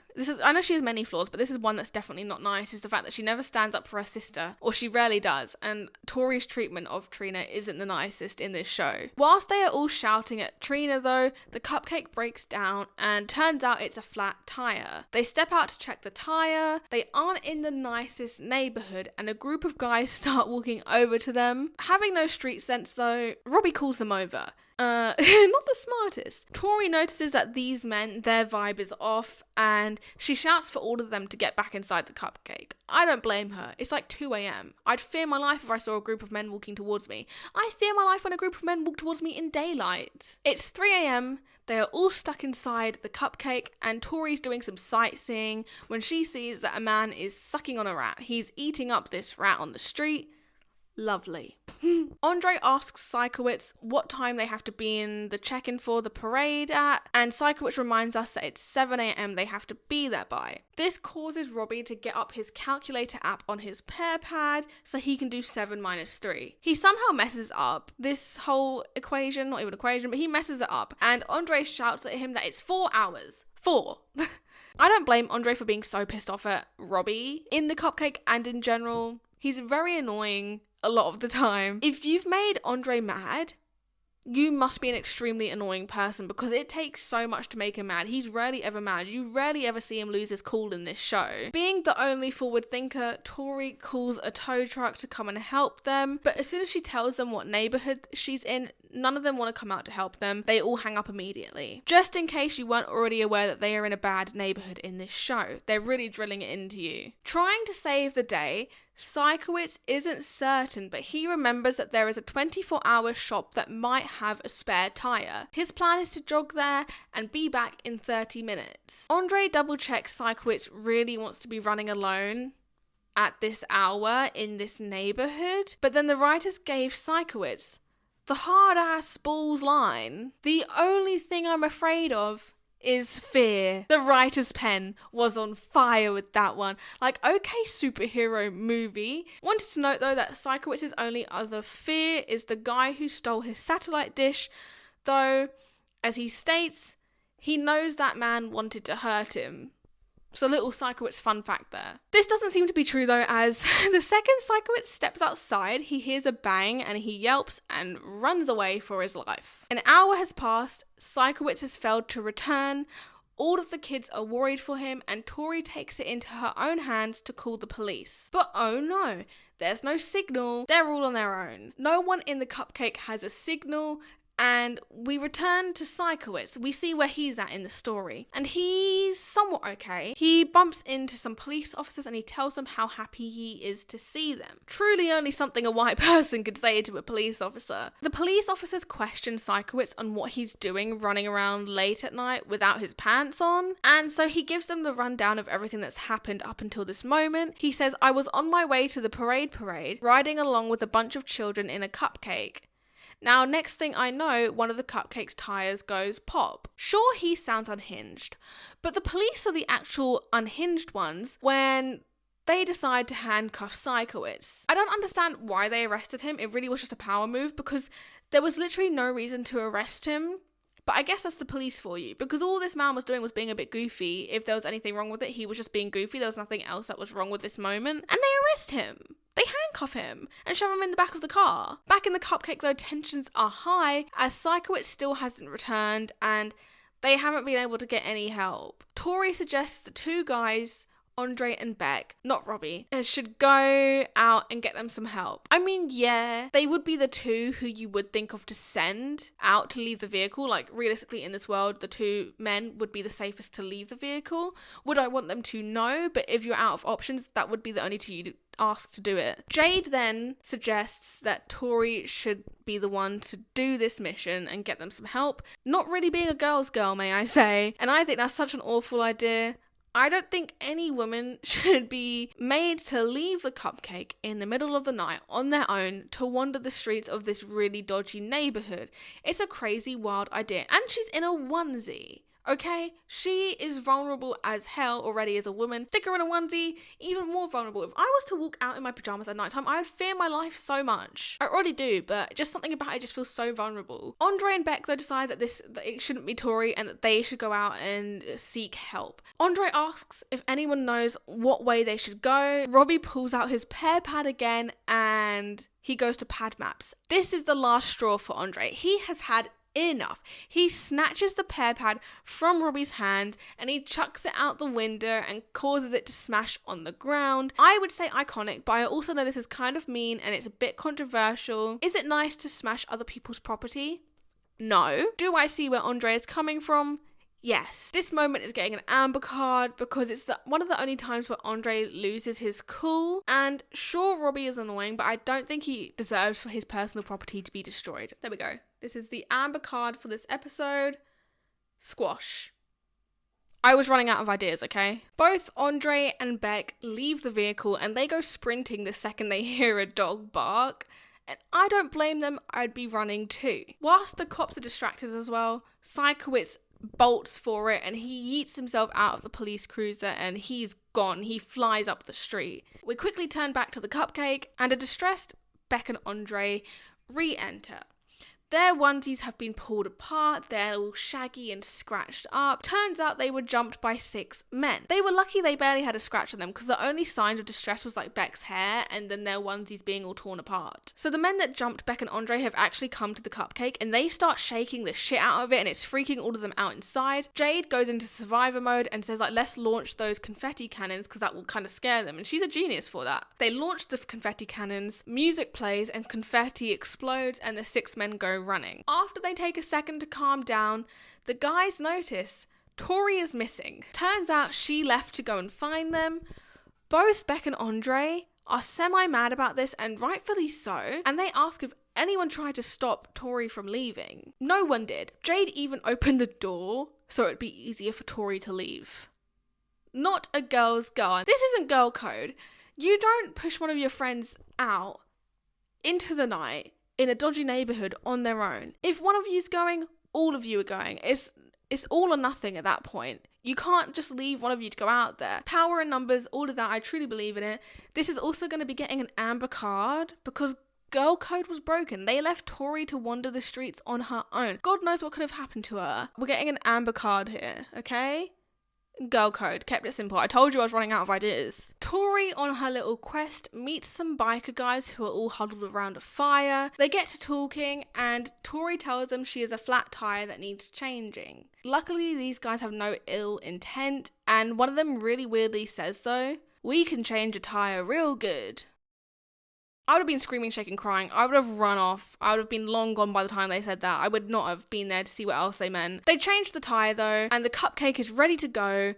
Psychowitz though is still missing, nowhere to be seen. Plot twist though, the guys that helped them change the flat tyre, the 3 guys, turned out they are fans of the parade, like big fans. So Tori invites them to join them in the parade and inside the Cupcake as like a thanks for fixing their tyre for them. Yay, except no, this could have been wholesome, except for the fact that they are all cramped into this Cupcake together, singing The Wheels on the Bus while the Cupcake go round and round, when one of the guys puts his arm around Jade. Sure, there's nothing inherently wrong with this, it seems quite harmless, but she is a minor, you are a grown-ass man, and you are definitely making her feel very uncomfortable. It is weird. Okay, actually there is something wrong with it. It is weird. I would hate it.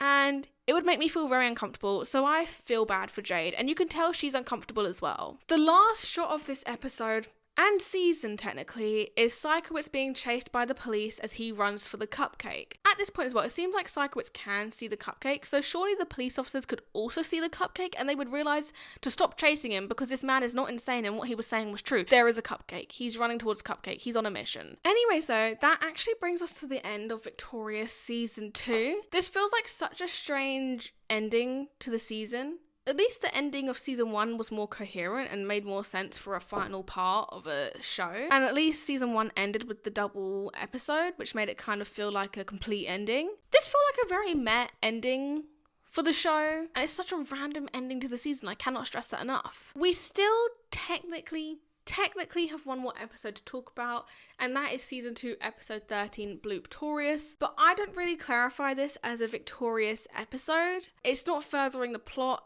and it's not a new plot line. It's just bloopers compiled into an episode. We will talk about it though, so we're going to do a little quick summary of it. They introduced Christopher Kane as the host of the evening, and they are making it out that Rex is actually an actor called Christopher Kane. Like, the puppet is an actor.